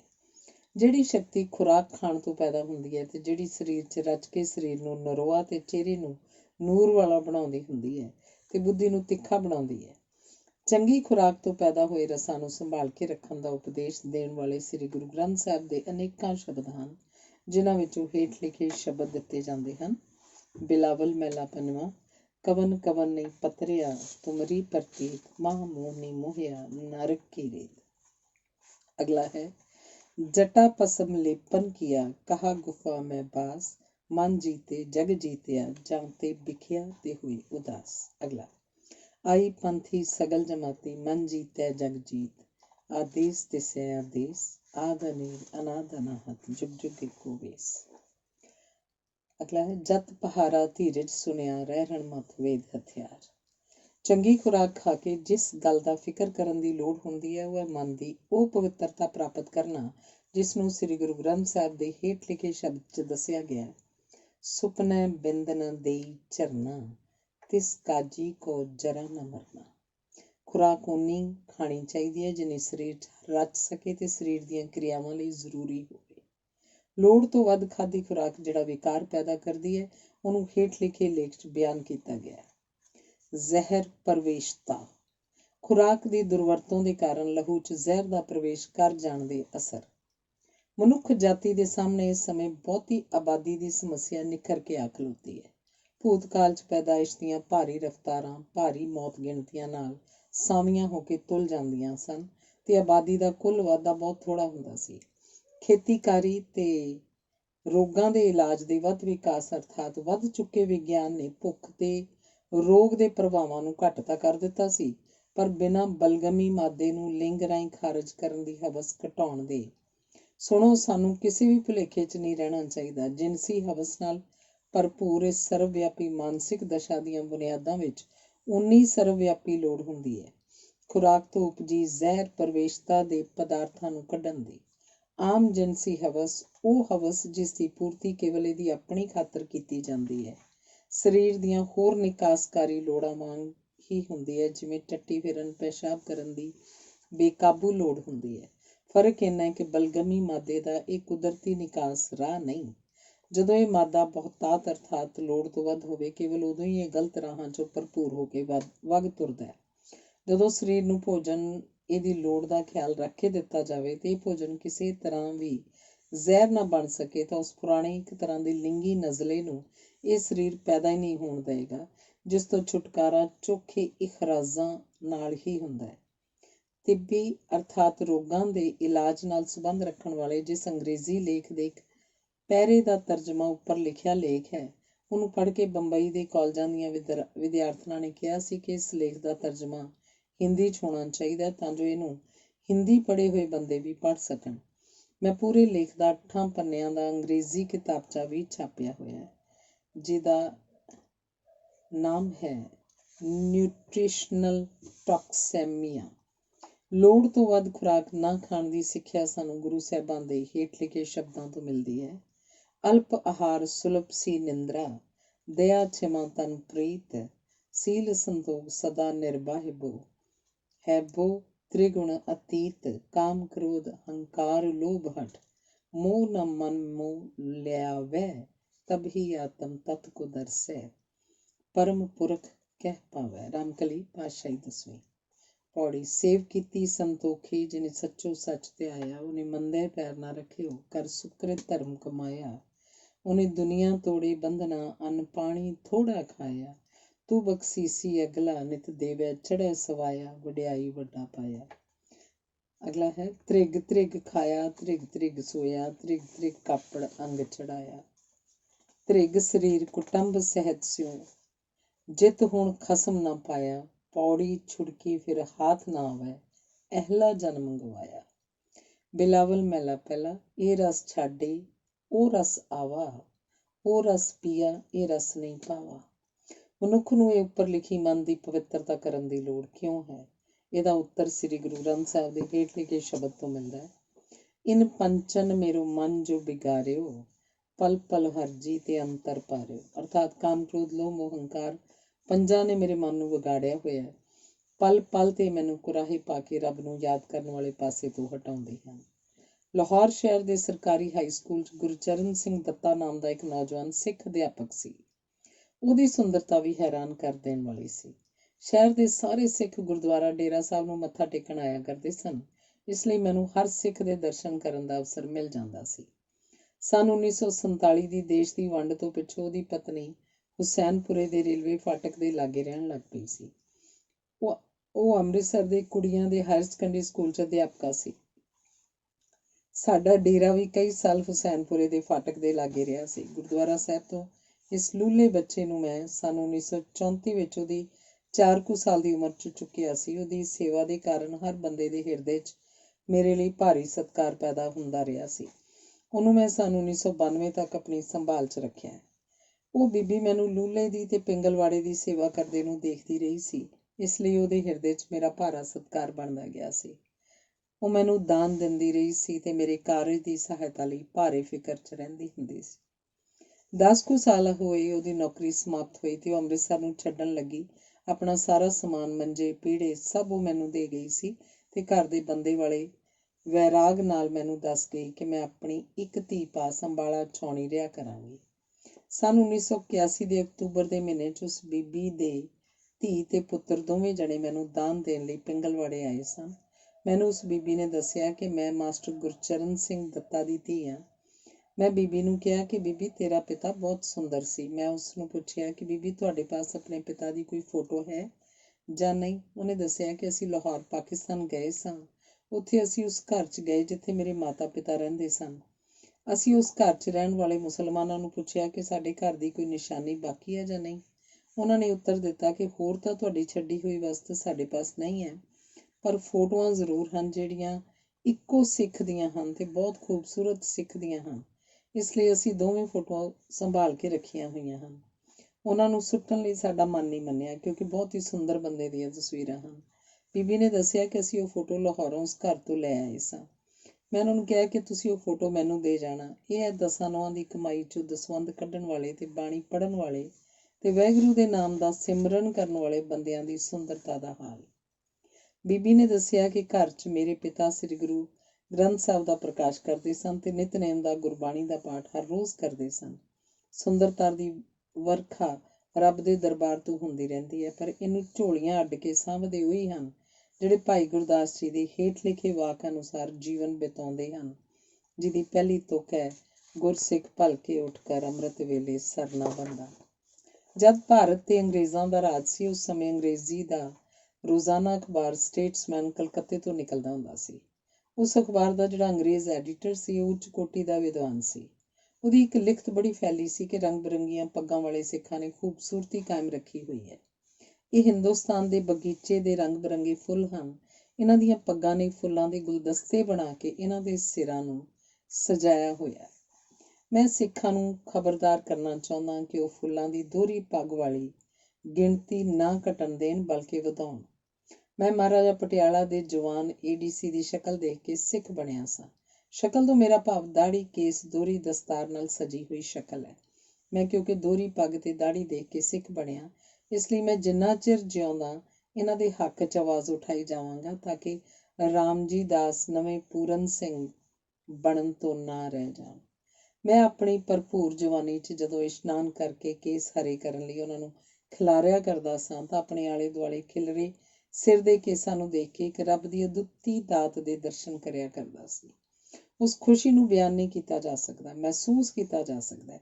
ਇਸ ਜਲਾਉ ਨੂੰ ਈਸਾ ਮਸੀਹ, ਸੁਕਰਾਤ, ਸ੍ਰੀ ਕ੍ਰਿਸ਼ਨ, ਰਾਮਚੰਦਰ ਜੀ, ਸ਼੍ਰੀ ਵਿਸ਼ਵਾਮਿੱਤਰ ਜੀ, ਮਹਾਰਿਸ਼ੀ ਰਵਿੰਦਰਨਾਥ ਟੈਗੋਰ, ਸਾਰੇ ਮਹਾਂਪੁਰਸ਼ਾਂ ਨੇ ਮਾਣਿਆ। ਇਹਨਾਂ ਵਿੱਚੋਂ ਕੋਈ ਵੀ ਰੋਡੇ ਸਿਰ ਵਾਲਾ ਨਹੀਂ। ਸਖਤ ਗਰਮੀਆਂ ਦੇ ਦਿਨਾਂ ਵਿੱਚ ਜੇ ਬੰਦਾ ਕੇਸੀ ਇਸ਼ਨਾਨ ਕਰਕੇ ਕੇਸਾਂ ਨੂੰ ਖਿਲਾਰ ਲਵੇ ਤਾਂ ਗਰਮੀ ਦੀ ਘਾਤਕ ਮਾਰ ਤੋਂ ਬਚ ਸਕਦਾ ਹੈ। ਮੱਛਰ ਬਾਰੇ ਨਵੀਂ ਖੋਜ ਇਹ ਹੈ ਕਿ ਮੱਛਰਾਂ ਤੋਂ ਅੱਗੇ ਤੋਂ ਫਲੇਰੀਆ ਰੋਗ ਪੈਦਾ ਹੋਏਗਾ, ਜਿਹੜਾ ਕਿ ਮਲੇਰੀਆ ਤੋਂ ਵੀ ਭਿਆਨਕ ਹੈ। ਅਫਰੀਕਾ ਦੇਸ਼ ਬਾਰੇ ਇਹ ਗੱਲ ਸੁਣੀ ਜਾਂਦੀ ਹੈ ਕਿ ਉੱਥੇ ਇੱਕ ਮੱਖੀ ਹੈ ਜਿਹਦਾ ਕੱਟਿਆ ਹੋਇਆ ਬਚਦਾ ਨਹੀਂ। ਸ਼ਹਿਰਾਂ ਵਿੱਚ ਤਾਂ ਇੰਨਾ ਮੱਛਰ ਹੁੰਦਾ ਹੈ ਕਿ ਬੰਦਾ ਰਾਤ ਨੂੰ ਸੌਂ ਨਹੀਂ ਸਕਦਾ। ਜਿਸ ਬੰਦੇ ਨੇ ਸਾਰਾ ਦਿਨ ਕੰਮ ਕਰਨਾ ਹੋਵੇ, ਉਹ ਮੱਛਰ ਦਾ ਮਾਰਿਆ ਸਾਰੀ ਰਾਤ ਜਾਗਦਾ ਰਹੇ, ਉਹ ਦਿਨ 'ਚ ਕੰਮ ਕਿਸ ਤਰ੍ਹਾਂ ਕਰ ਸਕਦਾ ਹੈ? ਮੱਛਰ ਦੇ ਕੱਟਣ ਨਾਲ ਮਲੇਰੀਆ ਬੁਖਾਰ ਹੋ ਸਕਦਾ ਹੈ। ਰਾਤ ਨੂੰ ਮੱਛਰ ਦੇ ਬਚਣ ਲਈ ਬੰਦਾ ਸਾਰਾ ਸਰੀਰ ਤਾਂ ਚਾਦਰ ਨਾਲ ਢੱਕ ਸਕਦਾ, ਪਰ ਨੱਕ ਰਾਹੀਂ ਸਾਹ ਲੈਣ ਲਈ ਮੂੰਹ ਤਾਂ ਨੰਗਾ ਰੱਖਣਾ ਪੈਂਦਾ ਹੈ। ਜਿਸ ਬੰਦੇ ਦੇ ਕੇਸਾਂ ਦੀ ਭਰਪੂਰ ਫਸਲ ਸਿਰ 'ਤੇ ਹੋਵੇ, ਉਹ ਕੇਸਾਂ ਨੂੰ ਮੂੰਹ 'ਤੇ ਖਿਲਾਰ ਕੇ ਮੱਛਰ ਦੇ ਕੱਟਣ ਤੋਂ ਬਚ ਸਕਦਾ ਹੈ। ਉਹਨੂੰ ਸਾਹ ਆਉਂਦਾ ਰਹੇਗਾ ਪਰ ਮੱਛਰ ਦੇ ਕੱਟਣ ਤੋਂ ਬਚ ਜਾਏਗਾ। ਮੈਂ ਇੱਕ ਖਬਰ ਸੁਣੀ ਕਿ ਕੋਈ ਬੰਦਾ ਨਵੇਂ ਸਾਈਕਲ 'ਤੇ ਚੜ੍ਹਿਆ ਜਾ ਰਿਹਾ ਸੀ ਤਾਂ ਡਾਕੂ ਨੇ ਉਹਦੇ ਸਿਰ 'ਚ ਡਾਂਗ ਮਾਰ ਕੇ ਉਹਨੂੰ ਹੇਠਾਂ ਸੁੱਟਿਆ। ਇਸ ਲਈ ਇਹ ਗੱਲ ਸੋਚੀ ਜਾਣ ਵਾਲੀ ਹੈ ਕਿ ਜੇ ਕਿਸੇ ਨੇ ਡਾਂਗ ਪਿੱਛੋਂ ਮਾਰ ਕੇ ਸਾਈਕਲ ਖੋਹਣਾ ਹੈ ਤੇ ਫਿਰ ਸਿਰ ਦੀ ਖੋਪਰੀ ਨੂੰ ਟੁੱਟਣ ਤੋਂ ਬਚਾਉਣ ਲਈ ਸਿਰ 'ਤੇ ਕੇਸਾਂ ਦਾ ਜੂੜਾ ਕਿਉਂ ਨਾ ਕੀਤਾ ਜਾਏ ਤੇ ਸਿਰ 'ਤੇ ਦਸਤਾਰ ਕਿਉਂ ਨਾ ਸਜਾਈ ਜਾਏ। ਬੰਦੇ ਦੀ ਲੱਤ ਟੁੱਟ ਜਾਏ, ਬਾਂਹ ਟੁੱਟ ਜਾਏ ਤਾਂ ਬਚ ਸਕਦਾ, ਪਰ ਜੇ ਖੋਪਰੀ ਟੁੱਟ ਜਾਏ ਤਾਂ ਨਹੀਂ ਬਚ ਸਕਦਾ। ਇਸ ਲਈ ਪੱਗ ਕਿਉਂ ਨਾ ਬੰਨ੍ਹੀ ਜਾਏ। ਦੂਸਰੇ ਵਿਸ਼ਵ ਯੁੱਧ ਵਿੱਚ ਅੰਗਰੇਜ਼ ਕੌਮ ਦੇ ਲੋਹੇ ਦੇ ਟੋਪ ਮੁੱਕ ਗਏ ਸਨ, ਜਿਨ੍ਹਾਂ ਨੂੰ ਸਿਰ 'ਤੇ ਰੱਖ ਕੇ ਅੰਗਰੇਜ਼ ਸਿਪਾਹੀਆਂ ਨੇ ਗੋਲੀ ਦੀ ਮਾਰ ਤੋਂ ਬਚਣਾ ਸੀ। ਉਹਨਾਂ ਦੇ ਤਿਆਰ ਕਰਨ 'ਚ ਦੇਰ ਲੱਗਣੀ ਸੀ, ਸੋ ਅੰਗਰੇਜ਼ ਜਰਨੈਲ ਨੇ ਅੱਖਾਂ ਵਾਲੇ ਡਾਕਟਰ ਮਾਨ ਸਿੰਘ ਨੂੰ ਬੁਲਾ ਕੇ ਪੁੱਛਿਆ ਕਿ ਮੈਨੂੰ ਪੱਗ ਬੰਨ੍ਹਣ ਦੀ ਜਾਚ ਸਿਖਾਓ, ਕਿਉਂਕਿ ਸਾਡੇ ਲੋਹ ਟੋਪ ਤਿਆਰ ਹੋਣ 'ਚ ਦੇਰ ਹੈ। ਅਸੀਂ ਉਹਨਾਂ ਚਿਰ ਸਿਰਾਂ 'ਤੇ ਪੱਗਾਂ ਬੰਨ੍ਹ ਕੇ ਆਪਣਾ ਬਚਾਅ ਕਰਾਂਗੇ। ਡਾਕਟਰ ਮਾਨ ਸਿੰਘ ਉਹਨਾਂ ਦਿਨਾਂ ਵਿੱਚ ਇੰਗਲੈਂਡ ਵਿੱਚ ਡਾਕਟਰੀ ਦੀ ਪੜ੍ਹਾਈ ਕਰ ਰਿਹਾ ਸੀ। ਡਾਕਟਰ ਸਾਹਿਬ ਨੇ ਉਸ ਜਰਨੈਲ ਦੇ ਘਰ ਜਾ ਕੇ ਉਹਨੂੰ ਪੱਗ ਬੰਨ੍ਹਣੀ ਸਿਖਾਈ ਸੀ। ਇੱਕ ਗੱਲ ਮੈਂ ਸਿੱਖ ਪੰਥ ਦੇ ਧਿਆਨ 'ਚ ਲਿਆਉਣੀ ਚਾਹੁੰਦਾ ਕਿ ਜਿਹੜਾ ਬੱਚਿਆਂ ਦੇ ਸਿਰਾਂ 'ਤੇ ਪਟਕੇ ਬੰਨ੍ਹਣ ਦਾ ਨਵਾਂ ਰਿਵਾਜ ਪਿਆ ਹੈ, ਉਹ ਉਮਰ ਦੀਆਂ ਹੱਦਾਂ ਟੱਪਦਾ ਜਾ ਰਿਹਾ, ਕਿਉਂਕਿ 22-23 ਸਾਲ ਦੇ ਸਿੱਖ ਨੌਜਵਾਨ ਦਿੱਲੀ ਵਿੱਚ ਸਿਰ 'ਤੇ ਪਟਕੇ ਬੰਨ੍ਹ ਕੇ ਫਿਰਦੇ ਦੇਖੇ ਗਏ ਹਨ। ਦਿੱਲੀ 'ਚ ਇਹ ਰਿਵਾਜ ਵੱਧਦਾ ਜਾ ਰਿਹਾ। ਸਿੱਖ ਕੌਮ ਨੇ ਕੁਦਰਤ ਦੇ ਵਿਕਾਸ ਦਾ ਵਿਰਸਾ ਸੰਭਾਲਿਆ ਹੋਇਆ ਹੈ। ਉਸ ਦਾ ਪਤਾ ਹਰੇਕ ਸਿੱਖ ਨੂੰ ਨਹੀਂ। ਨੰਗੇ ਸਿਰ ਦੇ ਇਸ ਯੁੱਧ ਵਿੱਚ ਘਿਰੇ ਹੋਏ ਸਿੱਖ ਵੀ ਪਟਕੇ ਬੰਨ੍ਹ ਕੇ ਨੰਗੇ ਸਿਰ ਵਾਲਿਆਂ ਦੇ ਪ੍ਰਭਾਵ ਹੇਠ ਆਉਣ ਦਾ ਸਬੂਤ ਦੇ ਰਹੇ ਹਨ। ਲਾਲ ਪਟਕਿਆਂ ਵਾਲੇ ਸਿੱਖ ਮੁੰਡੇ ਲਾਲ ਟੋਪੀਆਂ ਵਾਲੇ ਮੁਸਲਮਾਨ ਮੁੰਡੇ ਜਾਪਣ ਲੱਗ ਪੈਂਦੇ ਹਨ। ਮੈਂ ਦਾੜੀ, ਕੇਸ ਤੇ ਪੱਗ ਦੀ ਮਹੱਤਤਾ ਇਸ ਲੇਖ 'ਚ ਦਰਸਾਈ ਹੈ, ਜਿਸ ਤੋਂ ਪਤਾ ਲੱਗ ਜਾਏਗਾ ਕਿ ਦਾੜੀ ਤੇ ਕੇਸਾਂ ਵਾਲੇ ਨੌਜਵਾਨ ਜਦ 2 ਪੱਗਾਂ ਸਜਾਉਂਦੇ ਹਨ ਤਾਂ ਉਹਨਾਂ ਦੀ ਸੁੰਦਰਤਾ 'ਚ ਕਿੰਨਾ ਅਲੌਕਿਕ ਵਾਧਾ ਹੋ ਜਾਇਆ ਕਰਦਾ ਹੈ। ਤੇ ਚੜ੍ਹਦੀ ਜਵਾਨੀ ਵਾਲੇ ਜਿਹੜੇ ਸਿੱਖ ਨੌਜਵਾਨ ਦੂਹਰੀਆਂ ਪੱਗਾਂ ਦੀ ਥਾਂ ਪਟਕਾ ਬੰਨ੍ਹ ਰਹੇ ਹਨ, ਉਹ ਕਿੰਨੇ ਰਾਮਜੀ ਦਾਸਾਂ ਨੂੰ ਭਗਤ ਪੂਰਨ ਸਿੰਘ ਬਣਨ ਤੋਂ ਰੋਕ ਰਹੇ ਹਨ। ਮੇਰਾ ਆਪਣਾ ਖਿਆਲ ਹੈ ਕਿ ਸਿੱਖ ਬੱਚਿਆਂ ਦੇ ਸਿਰ 'ਤੇ ਪਟਕਾ 7 ਸਾਲ ਦੀ ਉਮਰ ਤੱਕ ਬੰਨ੍ਹਣਾ ਚਾਹੀਦਾ ਹੈ। ਇਹ ਪਟਕੇ ਟੋਪੀਆਂ ਹਨ। ਇਹ ਪਟਕਿਆਂ ਦਾ ਸਾਰਾ ਰਿਵਾਜ ਅਮੀਰ ਘਰਾਂ ਤੋਂ ਸ਼ੁਰੂ ਹੋਇਆ।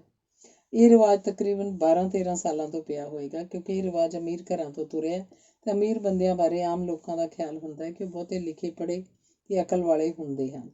ਇਸ ਲਈ ਗਰੀਬ ਸਿੱਖ ਵੀ ਆਪਣੇ ਬੱਚਿਆਂ ਦੇ ਸਿਰਾਂ 'ਤੇ ਪਟਕੇ ਬੰਨ੍ਹ ਕੇ ਸਾਬਤ ਕਰਨਾ ਚਾਹੁੰਦੇ ਹਨ ਕਿ ਅਸੀਂ ਵੀ ਪੜ੍ਹੇ ਲਿਖੇ ਘਰਾਣਿਆਂ ਦੇ ਹਾਂ।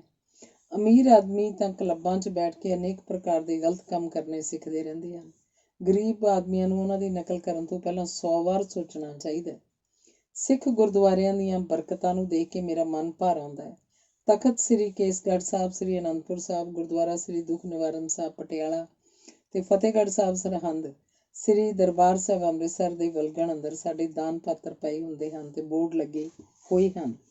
ਮੈਂ ਤਾਂ ਅੱਖਾਂ ਵਿੱਚੋਂ ਹੰਝੂ ਕੱਢ ਕੇ ਸਿੱਖ ਗੁਰਦੁਆਰਿਆਂ ਦਾ ਧੰਨਵਾਦ ਕਰ ਸਕਦਾ, ਜੀਭ ਨਾਲ ਨਹੀਂ। ਮੇਰਾ ਹੋਕਾ ਹੈ ਕਿ ਗੁਰਦੁਆਰੇ ਰੱਬ ਦੇ ਘਰ ਹਨ।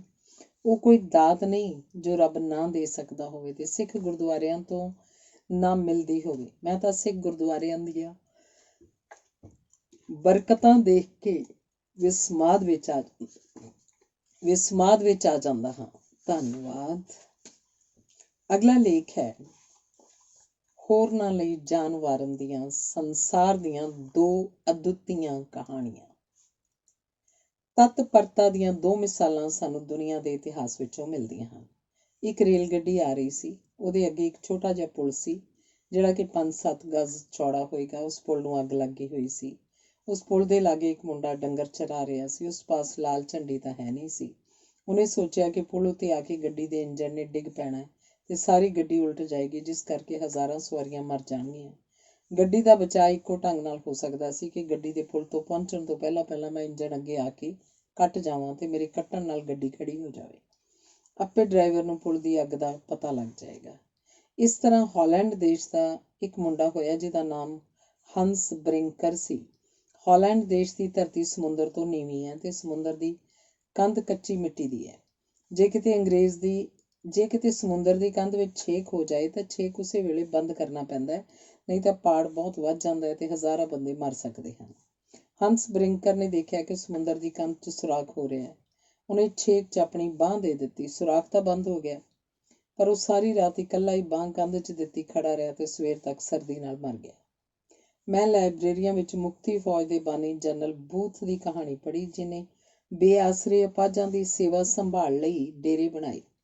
ਰੈੱਡ ਕਰਾਸ ਦੇ ਬਾਨੀ ਹੈਨਰੀ ਡਿਊਨੈਂਟ ਦੀ ਮੈਂ ਕਹਾਣੀ ਪੜ੍ਹੀ, ਜਿਹਨੇ ਇਸ ਖਿਆਲ ਨਾਲ ਰੈੱਡ ਕਰਾਸ ਦੀ ਜਥੇਬੰਦੀ ਦੀ ਨੀਂਹ ਰੱਖੀ ਕਿ ਜਿਹੜੀ ਜਥੇਬੰਦੀ ਦੁਨੀਆ 'ਚ ਬਣੇ ਉਹ ਜੰਗ ਦੇ ਮੈਦਾਨ 'ਚ ਮਿੱਤਰ ਵੈਰੀ ਦੇ ਖਿਆਲ ਤੋਂ ਉੱਪਰ ਉੱਠ ਕੇ ਹਰ ਇੱਕ ਜ਼ਖਮੀ ਸਿਪਾਹੀ ਦੀ ਮੱਲਮ ਪੱਟੀ ਉਹਨੂੰ ਆਪਣੇ ਭਰਾ ਸਮਝ ਕੇ ਕਰੇ। ਮੈਂ ਇੰਗਲੈਂਡ ਦੇ ਡਾਕਟਰ ਬਰਨਾਰਡੋ ਦੀ ਕਹਾਣੀ ਪੜ੍ਹੀ, ਜਿਸ ਨੇ ਇੰਗਲੈਂਡ ਦੇ ਉਹਨਾਂ ਮੁੰਡਿਆਂ ਲਈ ਸੰਭਾਲ ਘਰ ਬਣਾਏ ਜਿਹੜੇ ਲਾਵਾਰਸ ਸਨ ਤੇ ਦਿਨ ਰਾਤ ਸੜਕਾਂ 'ਤੇ ਰੁਲਦੇ ਸਨ। ਅਮਰੀਕਾ ਦੇਸ਼ 'ਚ ਜੇਨ ਆਦਮਸ ਨਾਮ ਦੀ ਇੱਕ ਪ੍ਰਸਿੱਧ ਭਗਤ ਬੀਬੀ ਹੋਈ ਹੈ, ਜਿਹਨੇ ਸਾਰੀ ਉਮਰ ਕੁਆਰੇਪਣ 'ਚ ਕੱਟੀ ਤੇ ਸਾਰੀ ਉਮਰ ਸਮਾਜ ਸੇਵਾ 'ਚ ਗੁਜ਼ਾਰ ਕੇ ਜਿਹਨੇ ਦੇਸ਼ ਵਿੱਚ ਭਾਰਾ ਜਸ ਕੱਟਿਆ ਤੇ ਅਮਰੀਕਾ ਦੇ ਇਤਿਹਾਸ 'ਚ ਆਪਣਾ ਨਾਮ ਬੜਾ ਛੱਡਿਆ। ਪਹਿਲਾਂ ਹਨੂੰਮਾਨ ਜਤੀ ਨੂੰ ਵਿਆਹ ਤੋਂ ਬਿਨਾਂ ਇੱਕ ਪਵਿੱਤਰ ਛੜਾਂਗ ਜੀਵਨ ਬਿਤਾਉਂਦਿਆਂ ਹੋਇਆਂ ਹਰ ਵੇਲੇ ਪ੍ਰਾਣੀ ਮਾਤਰ ਦੀ ਸੇਵਾ ਤੋਂ ਬਿਨਾਂ ਹਰ ਕੋਈ ਵਿਚਾਰ ਜਿਵੇਂ ਆਪਣੇ ਘਰ ਘਾਟ ਦੀ ਕੋਈ ਨਿੱਜੀ ਜਾਇਦਾਦ ਬਣਾਉਣ ਦਾ ਨਾ ਸੁਝਿਆ। ਦੂਜਾ, ਰਾਜਾ ਜਨਕ ਦੀ ਰੂਹ ਸਵਰਗਾਂ ਨੂੰ ਜਾਂਦੀ ਹੋਈ ਆਪਣੇ ਰਾਹ ਵਿੱਚ ਆਏ ਹੋਏ ਨਰਕ ਦੇ ਪ੍ਰਾਣੀਆਂ ਦੇ ਦੁੱਖਾਂ ਨੂੰ ਦੇਖ ਕੇ ਉੱਥੇ ਹੀ ਉਹਨਾਂ ਲਈ ਦਇਆ ਦੇ ਭਾਵ ਨਾਲ ਖਲੋ ਗਈ ਸੀ ਤੇ ਅਗਾਂਹ ਸਵਰਗਾਂ ਨੂੰ ਜਾਣ ਤੋਂ ਨਾਂਹ ਕਰ ਬੈਠੀ ਸੀ। ਤੀਸਰਾ, ਸ਼ਿਵਜੀ ਮਹਾਰਾਜ ਰਾਤ ਦੇ ਵੇਲੇ ਸੌਣ ਤੋਂ ਪਹਿਲਾਂ ਇਸ ਗੱਲ ਦਾ ਪਤਾ ਕਰ ਲੈਂਦੇ ਸਨ ਕਿ ਸੰਸਾਰ 'ਚ ਕੋਈ ਪ੍ਰਾਣੀ ਭੁੱਖਾ ਤਾਂ ਨਹੀਂ ਰਹਿ ਗਿਆ। ਹਰ ਭੁੱਖੇ ਪ੍ਰਾਣੀ ਦੀ ਭੁੱਖ ਨੂੰ ਨਿਵਰਤ ਕਰਕੇ ਹੀ ਸੌਂਦੇ ਸਨ। ਉਹ ਸੰਸਕਾਰ ਮੈਨੂੰ ਗੁਰਦੁਆਰਾ ਡੇਰਾ ਸਾਹਿਬ ਲਾਹੌਰ ਲੈ ਗਏ, ਜਿੱਥੇ ਮੈਂ ਭੁੱਖਿਆਂ ਨੂੰ ਲੰਗਰ ਵਰਤਾ ਕੇ ਸ਼ਿਵਜੀ ਵਾਲੇ ਸੰਸਕਾਰਾਂ ਦੀ ਤ੍ਰਿਪਤੀ ਕਰਦਾ ਸਾਂ। ਬੇਆਸਰੇ ਅਪਾਹਜਾਂ ਦੀ ਸੇਵਾ ਸੰਭਾਲ ਕਰਕੇ ਰਾਜਾ ਜਨਕ ਵਾਲੇ ਸੰਸਕਾਰ ਦੀ ਤ੍ਰਿਪਤੀ ਕਰਦਾ ਸਾਂ। ਦਿਨ ਰਾਤ ਦੇ ਕੰਮਾਂ ਵਿੱਚ ਭੱਜਿਆ ਫਿਰਦਾ ਰਹਿ ਕੇ ਹਨੂੰਮਾਨ ਦੀ ਸਾਖੀ ਤੋਂ ਮਿਲੇ ਸੰਸਕਾਰ ਦੀ ਤ੍ਰਿਪਤੀ ਕਰਦਾ ਸਾਂ। ਗੁਰਦੁਆਰਾ ਡੇਰਾ ਸਾਹਿਬ ਦੇ ਲੰਗਰ ਤੇ ਸਰਾਂ ਦੇ ਆਸਰੇ ਜਿਹੜਾ ਮੈਂ ਵਿਸ਼ਾਲ ਗਿਆਨ ਦੁਨੀਆ 'ਚ ਪ੍ਰਾਪਤ ਕੀਤਾ, ਉਸ ਅਨੁਸਾਰ ਮੈਂ ਪ੍ਰਾਣੀ ਮਾਤਰ ਦੇ ਭਲੇ ਵਾਲੇ ਉਹ ਕੰਮ ਲੱਭਣੇ ਹੀ ਸਨ ਜਿਹੜੇ ਨਹੀਂ ਹੋ ਰਹੇ ਸਨ ਤੇ ਹੋਣੇ ਚਾਹੀਦੇ ਸਨ। ਇੱਕ ਨਵਾਂ ਕੰਮ ਮੈਂ ਬੇਆਸਰੇ ਰੋਗੀਆਂ ਤੇ ਅਪਾਹਜਾਂ ਦੀ ਸੇਵਾ ਸੰਭਾਲ ਦਾ ਲੱਭਿਆ, ਜਿਹਨੇ ਪਿੰਗਲਵਾੜੇ ਦਾ ਰੂਪ ਧਾਰਿਆ। ਦੂਜਾ ਕੰਮ ਮੈਂ ਦੇਸ਼ ਤੇ ਦੁਨੀਆ ਦੇ ਬੰਦਿਆਂ ਨੂੰ ਅਨੇਕ ਪ੍ਰਕਾਰ ਦਾ ਗਿਆਨ ਦੇਣ ਦਾ ਲੱਭਾ। ਇਹਨਾਂ ਦੋਹਾਂ ਕੰਮਾਂ ਦਾ ਸਾਲਾਨਾ ਖਰਚ 44 ਲੱਖ ਤੇ ਜਾ ਚੁੱਕਾ ਸੀ। ਇਸ ਕੰਮ ਦੀ ਮੇਰੀ ਸਰਪ੍ਰਸਤੀ ਗੁਰਦੁਆਰਾ ਡੇਰਾ ਸਾਹਿਬ ਲਾਹੌਰ ਤੇ ਸ੍ਰੀ ਹਰਿਮੰਦਰ ਸਾਹਿਬ ਅੰਮ੍ਰਿਤਸਰ ਦੀਆਂ ਸੰਗਤਾਂ ਨੇ ਕੀਤੀ। ਇਸ ਪੁਸਤਕ ਵਿੱਚ ਮੇਰੀ ਸਹਾਇਤਾ ਕਰਨ ਵਾਲੇ ਕੁਝ ਗੁਰਸਿੱਖਾਂ ਦੇ ਨਾਮ ਦਿੱਤੇ ਗਏ ਹਨ, ਜਿਨ੍ਹਾਂ ਨੇ ਆਪਣੇ ਕੋਲੋਂ ਵੀ ਸਹਾਇਤਾ ਦਿੱਤੀ ਤੇ ਹੋਰਨਾਂ ਨੂੰ ਮੇਰੀ ਸਹਾਇਤਾ ਲਈ ਪ੍ਰੇਰਿਆ। ਪਿੱਛੇ ਜਿਹੜੇ 2 ਸ਼ਬਦ ਉੱਚੀ ਖਸਲਤ ਆਏ ਹਨ, ਉਹਨਾਂ ਦਾ ਭਾਵ ਅਰਥ ਉਹੀ ਹੈ ਜਿਹੜਾ ਸ੍ਰੀ ਗੁਰੂ ਗ੍ਰੰਥ ਸਾਹਿਬ ਦੇ ਹੇਠ ਲਿਖੇ ਸ਼ਬਦ ਤੋਂ ਨਿਕਲਦਾ ਹੈ। ਇਹ ਰਸ ਛਾਡੇ, ਉਹ ਰਸ ਆਵਾ, ਉਹ ਰਸ ਪੀਆ, ਇਹ ਰਸ ਨਹੀਂ ਭਾਵਾ। ਉੱਚੀ ਖਸਲਤ ਦਾ ਭਾਵ ਕਿਸੇ ਬੰਦੇ ਦੇ ਹਿਰਦੇ 'ਚ ਪਿਆਰ, ਦਇਆ ਤੇ ਪਰਉਪਕਾਰ ਦੇ ਪ੍ਰਬਲ ਸੰਸਕਾਰਾਂ ਦਾ ਪੈ ਜਾਣਾ ਹੈ, ਜਿਨ੍ਹਾਂ ਦਾ ਪ੍ਰੇਰਿਆ ਹੋਇਆ ਉਹ ਬੰਦਾ ਪ੍ਰਾਣੀ ਮਾਤਰ ਦੀ ਸੇਵਾ ਤੇ ਕੰਮਾਂ ਨੂੰ ਕਰਦਾ ਹੋਇਆ ਹਿਰਦੇ ਦੀਆਂ ਖੁਸ਼ੀਆਂ ਪ੍ਰਾਪਤ ਕਰਿਆ ਕਰਦਾ ਹੈ, ਜਿਨ੍ਹਾਂ ਖੁਸ਼ੀਆਂ ਦੇ ਮੁਕਾਬਲੇ ਵਿੱਚ ਨੀਵੀਆਂ ਖੁਸ਼ੀਆਂ ਵੀ ਨਹੀਂ ਹੁੰਦੀਆਂ ਤੇ ਉਹ ਨੀਵੀਆਂ ਖੁਸ਼ੀਆਂ ਉਸਨੂੰ ਭੁੱਲੀਆਂ ਰਹਿੰਦੀਆਂ ਹਨ। The seeds of great discoveries are constantly floating around us, but they take roots only in minds well prepared to receive them. Joseph Henry. ਅਰਥਾਤ ਵੱਡੀਆਂ ਵੱਡੀਆਂ ਕਾਢਾਂ ਦੇ ਬੀਜ ਸਦਾ ਸਾਡੇ ਆਲੇ ਦੁਆਲੇ ਹਵਾ 'ਚ ਤੈਰਦੇ ਰਿਹਾ ਕਰਦੇ ਹਨ ਤੇ ਉਹ ਉਹਨਾਂ ਹਿਰਦਿਆਂ ਵਿੱਚ ਹੀ ਆਪਣੀਆਂ ਜੜ੍ਹਾਂ ਫੜਿਆ ਕਰਦੇ ਹਨ ਜਿਹੜੇ ਉਹਨਾਂ ਨੂੰ ਜੀ ਆਇਆਂ ਆਖਣ ਲਈ ਚੰਗੀ ਤਰ੍ਹਾਂ ਤਿਆਰ ਹੋ ਚੁੱਕੇ ਹੋਣ। A nation is a living task. Her life is not her own, but a force and a function in the universal scheme of providence. Joseph Mazzini। ਕੌਮ ਨਾਮ ਹੈ ਇੱਕ ਸਦੀਵੀ ਜਦੋਜਹਿਦ ਦਾ। ਕੌਮ ਦਾ ਜੀਵਨ ਆਪਣਾ ਜੀਵਨ ਨਹੀਂ ਬਲਕਿ ਕੁਦਰਤ ਦੀ ਸਰਵ ਵਿਆਪਕ ਯੋਜਨਾ ਦੀ ਇੱਕ ਸ਼ਕਤੀ ਵੀ ਹੈ ਤੇ ਇੱਕ ਕਿਰਿਆ ਵੀ ਹੈ। A hero gives up a certainly for an uncertainty। ਸੂਰਮਾ ਕਿਸੇ ਯਕੀਨੀ ਬਾਤ ਨੂੰ ਗੈਰ ਯਕੀਨੀ ਬਾਤ ਲਈ ਛੱਡ ਦਿੰਦਾ ਹੈ। ਭਗਤ ਸੂਰਮੇ ਦਾ ਇੱਕ ਖਾਸ ਗੁਣ ਹੁੰਦਾ ਹੈ ਕਿ ਉਹ ਸੇਵਾ ਨੂੰ ਮੁੱਖ ਰੱਖਦਾ ਹੈ ਤੇ ਉਹਦੀ ਖਾਤਰ ਜੇ ਲੋੜ ਪਵੇ ਤਾਂ ਆਪਣੇ ਬਣੇ ਬਣਾਏ ਕਾਰ ਵਿਹਾਰ ਨੂੰ ਵੀ ਲੱਤ ਮਾਰ ਕੇ ਧਰਮ ਦੀ ਖਾਤਰ ਔਕੜ 'ਚ ਪੈ ਸਕਦਾ ਹੈ। Duty is a power that rises with us in the morning and goes to rest with us at night. It's coextensive with the action of our intelligence. It is the shadow that cleaves to us, go where we will. Gladstone। ਫਰਜ਼ ਦਾ ਅਹਿਸਾਸ ਉਹ ਸ਼ਕਤੀ ਹੈ ਜੋ ਸਵੇਰੇ ਉੱਠਦੇ ਸਾਰ ਸਾਡੇ ਨਾਲ ਉੱਠਦੀ ਹੈ ਤੇ ਰਾਤ ਨੂੰ ਸਾਡੇ ਨਾਲ ਹੀ ਆਰਾਮ ਲਈ ਸੌਂ ਜਾਂਦੀ ਹੈ। ਇਹ ਸਾਡੀ ਸੂਝ ਬੂਝ ਦੇ ਹਰ ਅਮਲ ਦੇ ਨਾਲ ਤੁਰਦੀ ਹੈ। ਇਹ ਮਾਨੋ ਸਾਡਾ ਪਰਛਾਵਾਂ ਹੈ ਜੋ ਸਾਡੇ ਨਾਲ ਹੀ ਚੰਬੜਿਆ ਰਹਿੰਦਾ ਹੈ ਭਾਵੇਂ ਅਸੀਂ ਕਿੱਥੇ ਵੀ ਜਾਈਏ। Every hour comes with some little faggot of God's will fastened upon its back। ਹਰ ਘੜੀ ਆਉਂਦੀ ਹੈ ਆਪਣੀ ਕੰਡ ਨਾਲ ਕੁਝ ਨਾ ਕੁਝ ਮੁਸ਼ੱਕਤ ਬਣ ਕੇ ਜੋ ਪ੍ਰਭੂ ਤੋਂ ਉਪਜਦੀ ਹੈ। There's not a moment without a duty। ਕੋਈ ਵੀ ਐਸਾ ਪਲ ਨਹੀਂ ਜੋ ਕਿਸੇ ਨਾ ਕਿਸੇ ਫਰਜ਼ ਦੀ ਪਾਬੰਦੀ ਤੋਂ ਖਾਲੀ ਹੋਵੇ। The noblest charities, the best fruits of learning, the richest discoveries, the best institutions of law and justice, every greatest thing the world has seen represents more or less directly the fruitfulness and creativeness of religion। ਸਭ ਤੋਂ ਉੱਤਮ ਦਾਨ, ਸਭ ਤੋਂ ਵੱਡੇ ਵਿੱਦਿਆ ਫਲ, ਸਭ ਤੋਂ ਵਡਮੁੱਲੀਆਂ ਕਾਢਾਂ, ਸਭ ਤੋਂ ਚੰਗੀਆਂ ਕਾਨੂੰਨ ਤੇ ਇਨਸਾਫ ਦੀਆਂ ਸੰਸਥਾਵਾਂ, ਵੱਡੀਆਂ ਤੋਂ ਵੱਡੀਆਂ ਵਸਤਾਂ ਜੋ ਦੁਨੀਆ ਵਿੱਚ ਪ੍ਰਵਾਨ ਚੜ੍ਹੀਆਂ ਹਨ, ਕਿਸੇ ਹੱਦ ਤੱਕ ਧਰਮ ਦੀ ਉਪਜਾਊ ਤੇ ਰਚਨਾਤਮਕ ਸ਼ਕਤੀਆਂ ਦਾ ਨਤੀਜਾ ਹੀ ਹੁੰਦੀਆਂ ਹਨ। Duty is the demand of the hour and the reward of one duty is the power of fulfill another। Every child comes with the message that God is not yet discouraged with man। ਹਰ ਬੱਚਾ ਜਿਹੜਾ ਜਨਮ ਲੈਂਦਾ ਹੈ ਉਹ ਰੱਬ ਦਾ ਇਹ ਸੁਨੇਹਾ ਲੈ ਕੇ ਆਉਂਦਾ ਹੈ ਕਿ ਅਜੇ ਤੱਕ ਰੱਬ ਮਨੁੱਖ ਜਾਤੀ ਤੋਂ ਨਿਰਾਸ਼ ਨਹੀਂ ਹੋਇਆ। ਟੈਗੋਰ ਦੇ ਇਹਨਾਂ ਸ਼ਬਦਾਂ ਦਾ ਭਾਵ ਇਹ ਹੈ ਕਿ ਰੱਬ ਨੂੰ ਇਹ ਆਸ ਰਹਿੰਦੀ ਹੈ ਕਿ ਕੋਈ ਨਾ ਕੋਈ ਮਹਾਂਪੁਰਸ਼ ਜੰਮਦਾ ਰਹਿਣਾ ਹੈ ਜਿਹੜਾ ਦੁਨੀਆ ਦੀ ਵਿਗੜੀ ਹੋਈ ਬਣਾਉਂਦਾ ਰਹੇਗਾ। ਸੰਸਾਰ ਦੇ ਮਹਾਂਪੁਰਸ਼ਾਂ ਦਾ ਇਤਿਹਾਸ ਪੜ੍ਹਨ ਤੋਂ ਪਤਾ ਲੱਗਦਾ ਹੈ ਕਿ ਦੁਨੀਆ ਵਿੱਚ ਅਨੇਕਾਂ ਬੁਰਾਈਆਂ, ਮੁਸੀਬਤਾਂ, ਤਬਾਹੀਆਂ, ਅਨਿਆਂ ਚੱਲੇ ਆ ਰਹੇ ਹੁੰਦੇ ਹਨ ਤੇ ਮਹਾਂਪੁਰਸ਼ ਜੰਮਦੇ ਰਹੇ ਜਿਹੜੇ ਸੰਕਟਾਂ ਤੇ ਵੰਗਾਰਾਂ ਦਾ ਮੁਕਾਬਲਾ ਕਰਦੇ ਹੋਏ ਉਹਨਾਂ ਸੰਕਟਾਂ ਤੇ ਵੰਗਾਰਾਂ ਨੂੰ ਸਮਾਪਤ ਕਰਦੇ ਰਹੇ, ਦੁਨੀਆ ਵਿੱਚ ਸੁੱਖ ਸ਼ਾਂਤੀ ਲਿਆਉਂਦੇ ਰਹੇ ਤੇ ਲੋਕਾਂ ਨੂੰ ਉੱਨਤੀ ਦੇ ਮਾਰਗ ਤੇ ਤੋਰਦੇ ਰਹੇ। ਬ੍ਰਹਮ ਗਿਆਨੀ ਅਨਾਥ ਕਾ ਨਾਥ, ਬ੍ਰਹਮ ਗਿਆਨੀ ਕਾ ਸਭ ਉੱਪਰ ਹੱਥ। ਜਿਨ੍ਹਾਂ ਬੰਦਿਆਂ ਨੇ ਪ੍ਰਾਣੀ ਮਾਤਰ ਦੀ ਭਲਾਈ ਲਈ ਸੁਖਮਨੀ ਸਾਹਿਬ ਦੇ ਉੱਪਰ ਲਿਖੇ ਸ਼ਬਦ ਜੈਸੇ ਸ਼ਬਦ ਵਸਾਈ ਹੁੰਦੇ ਹਨ, ਉਹ ਅੱਖੀਆਂ ਖੋਲ੍ਹ ਕੇ ਦੁਨੀਆ 'ਚ ਵਿਚਰਿਆ ਕਰਦੇ ਹਨ ਤੇ ਪ੍ਰਾਣੀ ਮਾਤਰ ਦੀ ਕੋਈ ਮੁਸੀਬਤ ਤੇ ਕਸ਼ਟ ਉਹਨਾਂ ਦੀ ਨਿਗਾਹ 'ਚ ਆਉਣ ਤੋਂ ਨਹੀਂ ਰਿਹਾ ਕਰਦਾ। ਉਹ ਪ੍ਰਾਣੀ ਮਾਤਰ ਦੀ ਹਰ ਮੁਸੀਬਤ ਨੂੰ ਠੱਲਣ ਲਈ ਲੱਕ ਬੰਨ੍ਹ ਲਿਆ ਕਰਦੇ ਹਨ। ਪਿੰਗਲਵਾੜੇ ਦਾ ਕਾਰਜ ਗੁਰੂ ਕੀ ਨਗਰੀ ਦੀਆਂ ਸੜਕਾਂ ਦੇ ਕੰਢਿਆਂ ਤੇ ਆਰੰਭ ਹੋਇਆ। 35 ਸਾਲਾਂ ਦੇ ਸਮੇਂ ਵਿੱਚ 44 ਲੱਖ ਸੰਨ 2013 ਵਿੱਚ ਪਿੰਗਲਵਾੜੇ ਦਾ ਮਾਹਵਾਰੀ ਖਰਚ 1 ਕਰੋੜ 12 ਲੱਖ ਤੱਕ ਪੁੱਜ ਚੁੱਕਾ ਹੈ। 44 ਲੱਖ ਰੁਪਏ ਸਾਲ ਦੇ ਖਰਚ ਤੇ ਪੁੱਜ ਗਿਆ ਸੀ। ਸੜਕਾਂ ਦੇ ਕੰਢਿਆਂ ਤੇ ਉੱਗਣ ਵਾਲੇ ਇਸ ਬੂਟੇ ਨੂੰ ਪਾਣੀ ਕਿਸ ਪ੍ਰਕਾਰ ਦੇ ਬੰਦਿਆਂ ਨੇ ਦਿੱਤਾ? ਉਸ ਬੰਦੇ ਵਾਹਿਗੁਰੂ ਦਾ ਨਾਮ ਜਪਣ ਵਾਲੇ ਸੰਤ ਭਗਤ ਸਨ। ਉਹ ਨਾ ਰਾਜਸੀ ਬੰਦੇ ਸਨ ਤੇ ਨਾ ਅਮੀਰ ਬੰਦੇ ਸਨ। ਉਹ ਸੰਤ ਭਗਤ ਸਨ। ਜਿੱਥੇ ਧਰਮੀ ਗ੍ਰਸਤੀ ਬੰਦਿਆਂ ਨੇ ਆਪਣੀ ਆਮਦਨ ਵਿੱਚੋਂ ਮੈਨੂੰ ਦਾਨ ਦਿੱਤਾ, ਉੱਥੇ ਸੰਤਾਂ ਭਗਤਾਂ ਨੇ ਦਾਨ ਇਕੱਠਾ ਕਰਕੇ ਵੀ ਦਿੱਤਾ। ਸ੍ਰੀ ਗੁਰੂ ਗ੍ਰੰਥ ਸਾਹਿਬ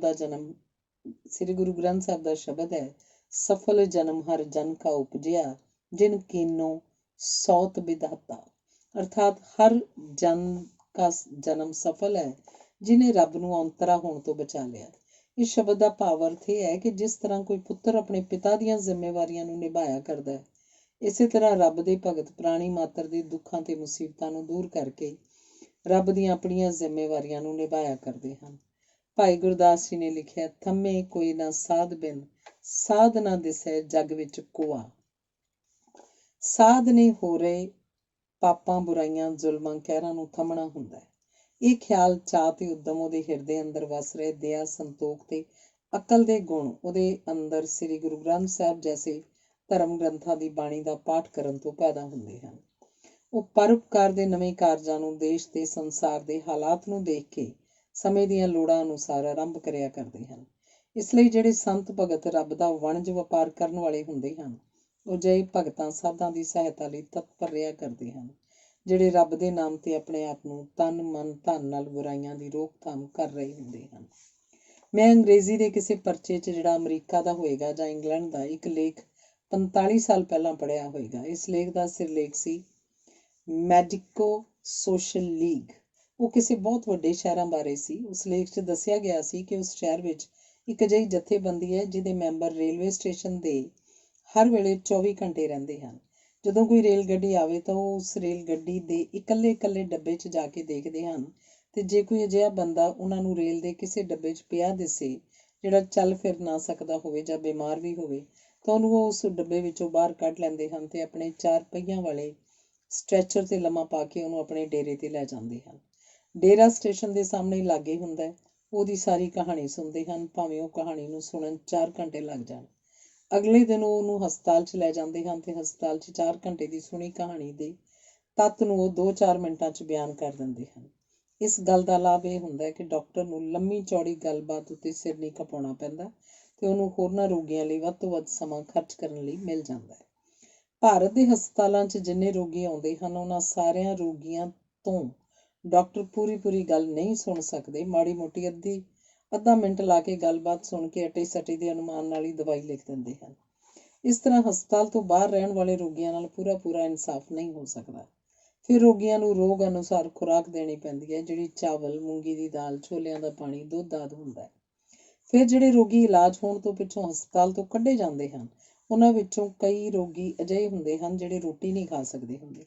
ਕਿਸੇ ਨੂੰ ਮੋਰਕਾ ਤਾਪ 'ਤੇ ਉਤਰਨ ਪਿੱਛੋਂ ਮੂੰਗੀ ਦੀ ਦਾਲ ਦਾ ਪਾਣੀ ਜਾਂ ਛੋਲਿਆਂ ਦਾ ਪਾਣੀ, ਪਤਲੀ ਖਿਚੜੀ ਦੇਣ ਦੀ ਲੋੜ ਹੁੰਦੀ ਹੈ। ਕਈ ਦਿਨਾਂ ਪਿੱਛੋਂ ਮੂੰਗੀ ਦੀ ਦਾਲ ਤੇ ਰੋਟੀ ਖਾਣੀ ਹੁੰਦੀ ਹੈ। ਉਹ ਘਰ ਵਾਲਿਆਂ ਵਾਂਗ ਰੋਗੀ ਦੀ ਸੇਵਾ ਕਰਦੇ ਹਨ। ਉਹ ਰੋਗੀ ਨੂੰ ਡੇਰੇ ਕੰਢੇ ਲਾ ਕੇ ਸਭ ਕੁਝ ਆਪ ਹੀ ਕਰਦੇ ਹਨ। ਗੱਡੀ ਵਿੱਚ ਹਸਪਤਾਲ ਨੂੰ ਲਿਜਾਂਦੇ ਹਨ। ਇਸ ਤਰ੍ਹਾਂ ਸੇਵਾ ਸੰਭਾਲ ਸਭ ਉਹਨਾਂ ਦੀ ਹੁੰਦੀ ਹੈ। ਜੇਕਰ ਹਿੰਦੁਸਤਾਨ ਦੇ ਕਾਲਜਾਂ ਦੇ ਮੁੰਡੇ ਜਾਂ ਅਮੀਰਾਂ ਦੇ ਪੁੱਤਰ ਬੇਆਸਰੇ ਪਾਜਾਂ ਤੇ ਰੋਗੀਆਂ ਦੀ ਸੇਵਾ ਅਜਿਹੇ ਅਨੇਕਾਂ ਢੰਗਾਂ ਨਾਲ ਕਰਨ ਲੱਗ ਪੈਣ, ਜਿਵੇਂ ਉੱਪਰ ਬਿਆਨ ਕੀਤਾ ਗਿਆ, ਤਾਂ ਉਹਨਾਂ ਨੂੰ ਗੋਲੀਆਂ ਖਾਣ ਦੀ ਲੋੜ ਨਾ ਪਵੇ। ਸ੍ਰੀ ਗੁਰੂ ਗ੍ਰੰਥ ਸਾਹਿਬ 'ਚ ਕਬੀਰ ਜੀ ਦਾ ਸ਼ਬਦ ਹੈ, ਕਹੁ ਕਬੀਰ ਇਹ ਰਾਮ ਕੀ ਅੰਸ। ਅਰਥਾਤ ਮਨੁੱਖ ਵਾਹਿਗੁਰੂ ਦੀ ਅੰਸ਼ ਹੈ ਤੇ ਵਾਹਿਗੁਰੂ ਰਚਨਹਾਰ ਹੈ। ਸ੍ਰੀ ਗੁਰੂ ਗ੍ਰੰਥ ਸਾਹਿਬ ਜੀ ਦਾ ਇੱਕ ਹੋਰ ਸ਼ਬਦ ਹੈ, ਮਨ ਤੂੰ ਜੋਤ ਸਰੂਪ ਹੈ, ਆਪਣਾ ਮੂਲ ਪਛਾਣ। ਅਰਥਾਤ ਹੇ ਮਨ, ਤੂੰ ਰੱਬ ਦਾ ਰੂਪ ਹੈ ਤੇ ਆਪਣੇ ਅਸਲੇ ਨੂੰ ਪਛਾਣ। ਕਿਸੇ ਵਿਦਵਾਨ ਦਾ ਅੰਗਰੇਜ਼ੀ ਦਾ ਵਾਕ ਹੈ, ਲਾਈਫ ਇਜ਼ ਐਨ ਇੰਟੌਕਸੀਕੇਸ਼ਨ। ਅਰਥਾਤ ਜੀਵਨ ਇੱਕ ਮਸਤੀ ਹੁੰਦਾ ਹੈ, ਪਰ ਜੇਕਰ ਕੋਈ ਇਸ ਨੂੰ ਮਸਤੀ ਬਣਾਏ, ਨਹੀਂ ਤਾਂ ਇੱਕ ਮੂਲ ਨਾ ਬੁੱਝਣ ਆਪਣਾ ਅਣਹੋਂਦਾ ਆਪ ਗਣਾਏਂਦਾ। ਬੇਆਸਰੇ ਅਪਾਹਜਾਂ ਦੀ ਸੇਵਾ ਸੰਭਾਲ ਕਰਨ ਵਾਲੀਆਂ ਸੰਸਥਾਵਾਂ ਦੇ ਦਰਸ਼ਨਾਂ ਤੋਂ ਮਨੁੱਖ ਦੇ ਹਿਰਦੇ 'ਤੇ ਜੋ ਖਿੱਚਾਂ ਭਰਿਆ ਪ੍ਰਭਾਵ ਪੈਦਾ ਹੁੰਦਾ ਹੈ, ਉਹਦਾ ਕੁਝ ਹਾਲ ਹੇਠਾਂ ਦਿੱਤਾ ਜਾਂਦਾ ਹੈ। ਬੈਲਜੀਅਮ ਦੇਸ਼ ਦੇ ਨੌਜਵਾਨ ਪਾਦਰੀ ਡੇਮਿਆਨ ਨੇ ਮਾਲੋਕਾਈ ਦੇ ਕੋਹੜਿਆਂ ਦੀ ਬਸਤੀ ਲਈ ਆਪਣਾ ਜੀਵਨ ਅਰਪਣ ਕਰ ਦਿੱਤਾ। ਉਸ ਬਸਤੀ ਨੂੰ ਮਰਨੀ ਪਾਈਲ ਦੇਖਣ ਗਿਆ। ਉਹਦੇ ਹਿਰਦੇ 'ਤੇ ਜੋ ਪ੍ਰਭਾਵ ਪਿਆ, ਉਹਨੂੰ ਅਗਲੇ ਲੇਖ ਵਿੱਚ ਦੱਸਿਆ ਗਿਆ ਹੈ। ਧੰਨਵਾਦ।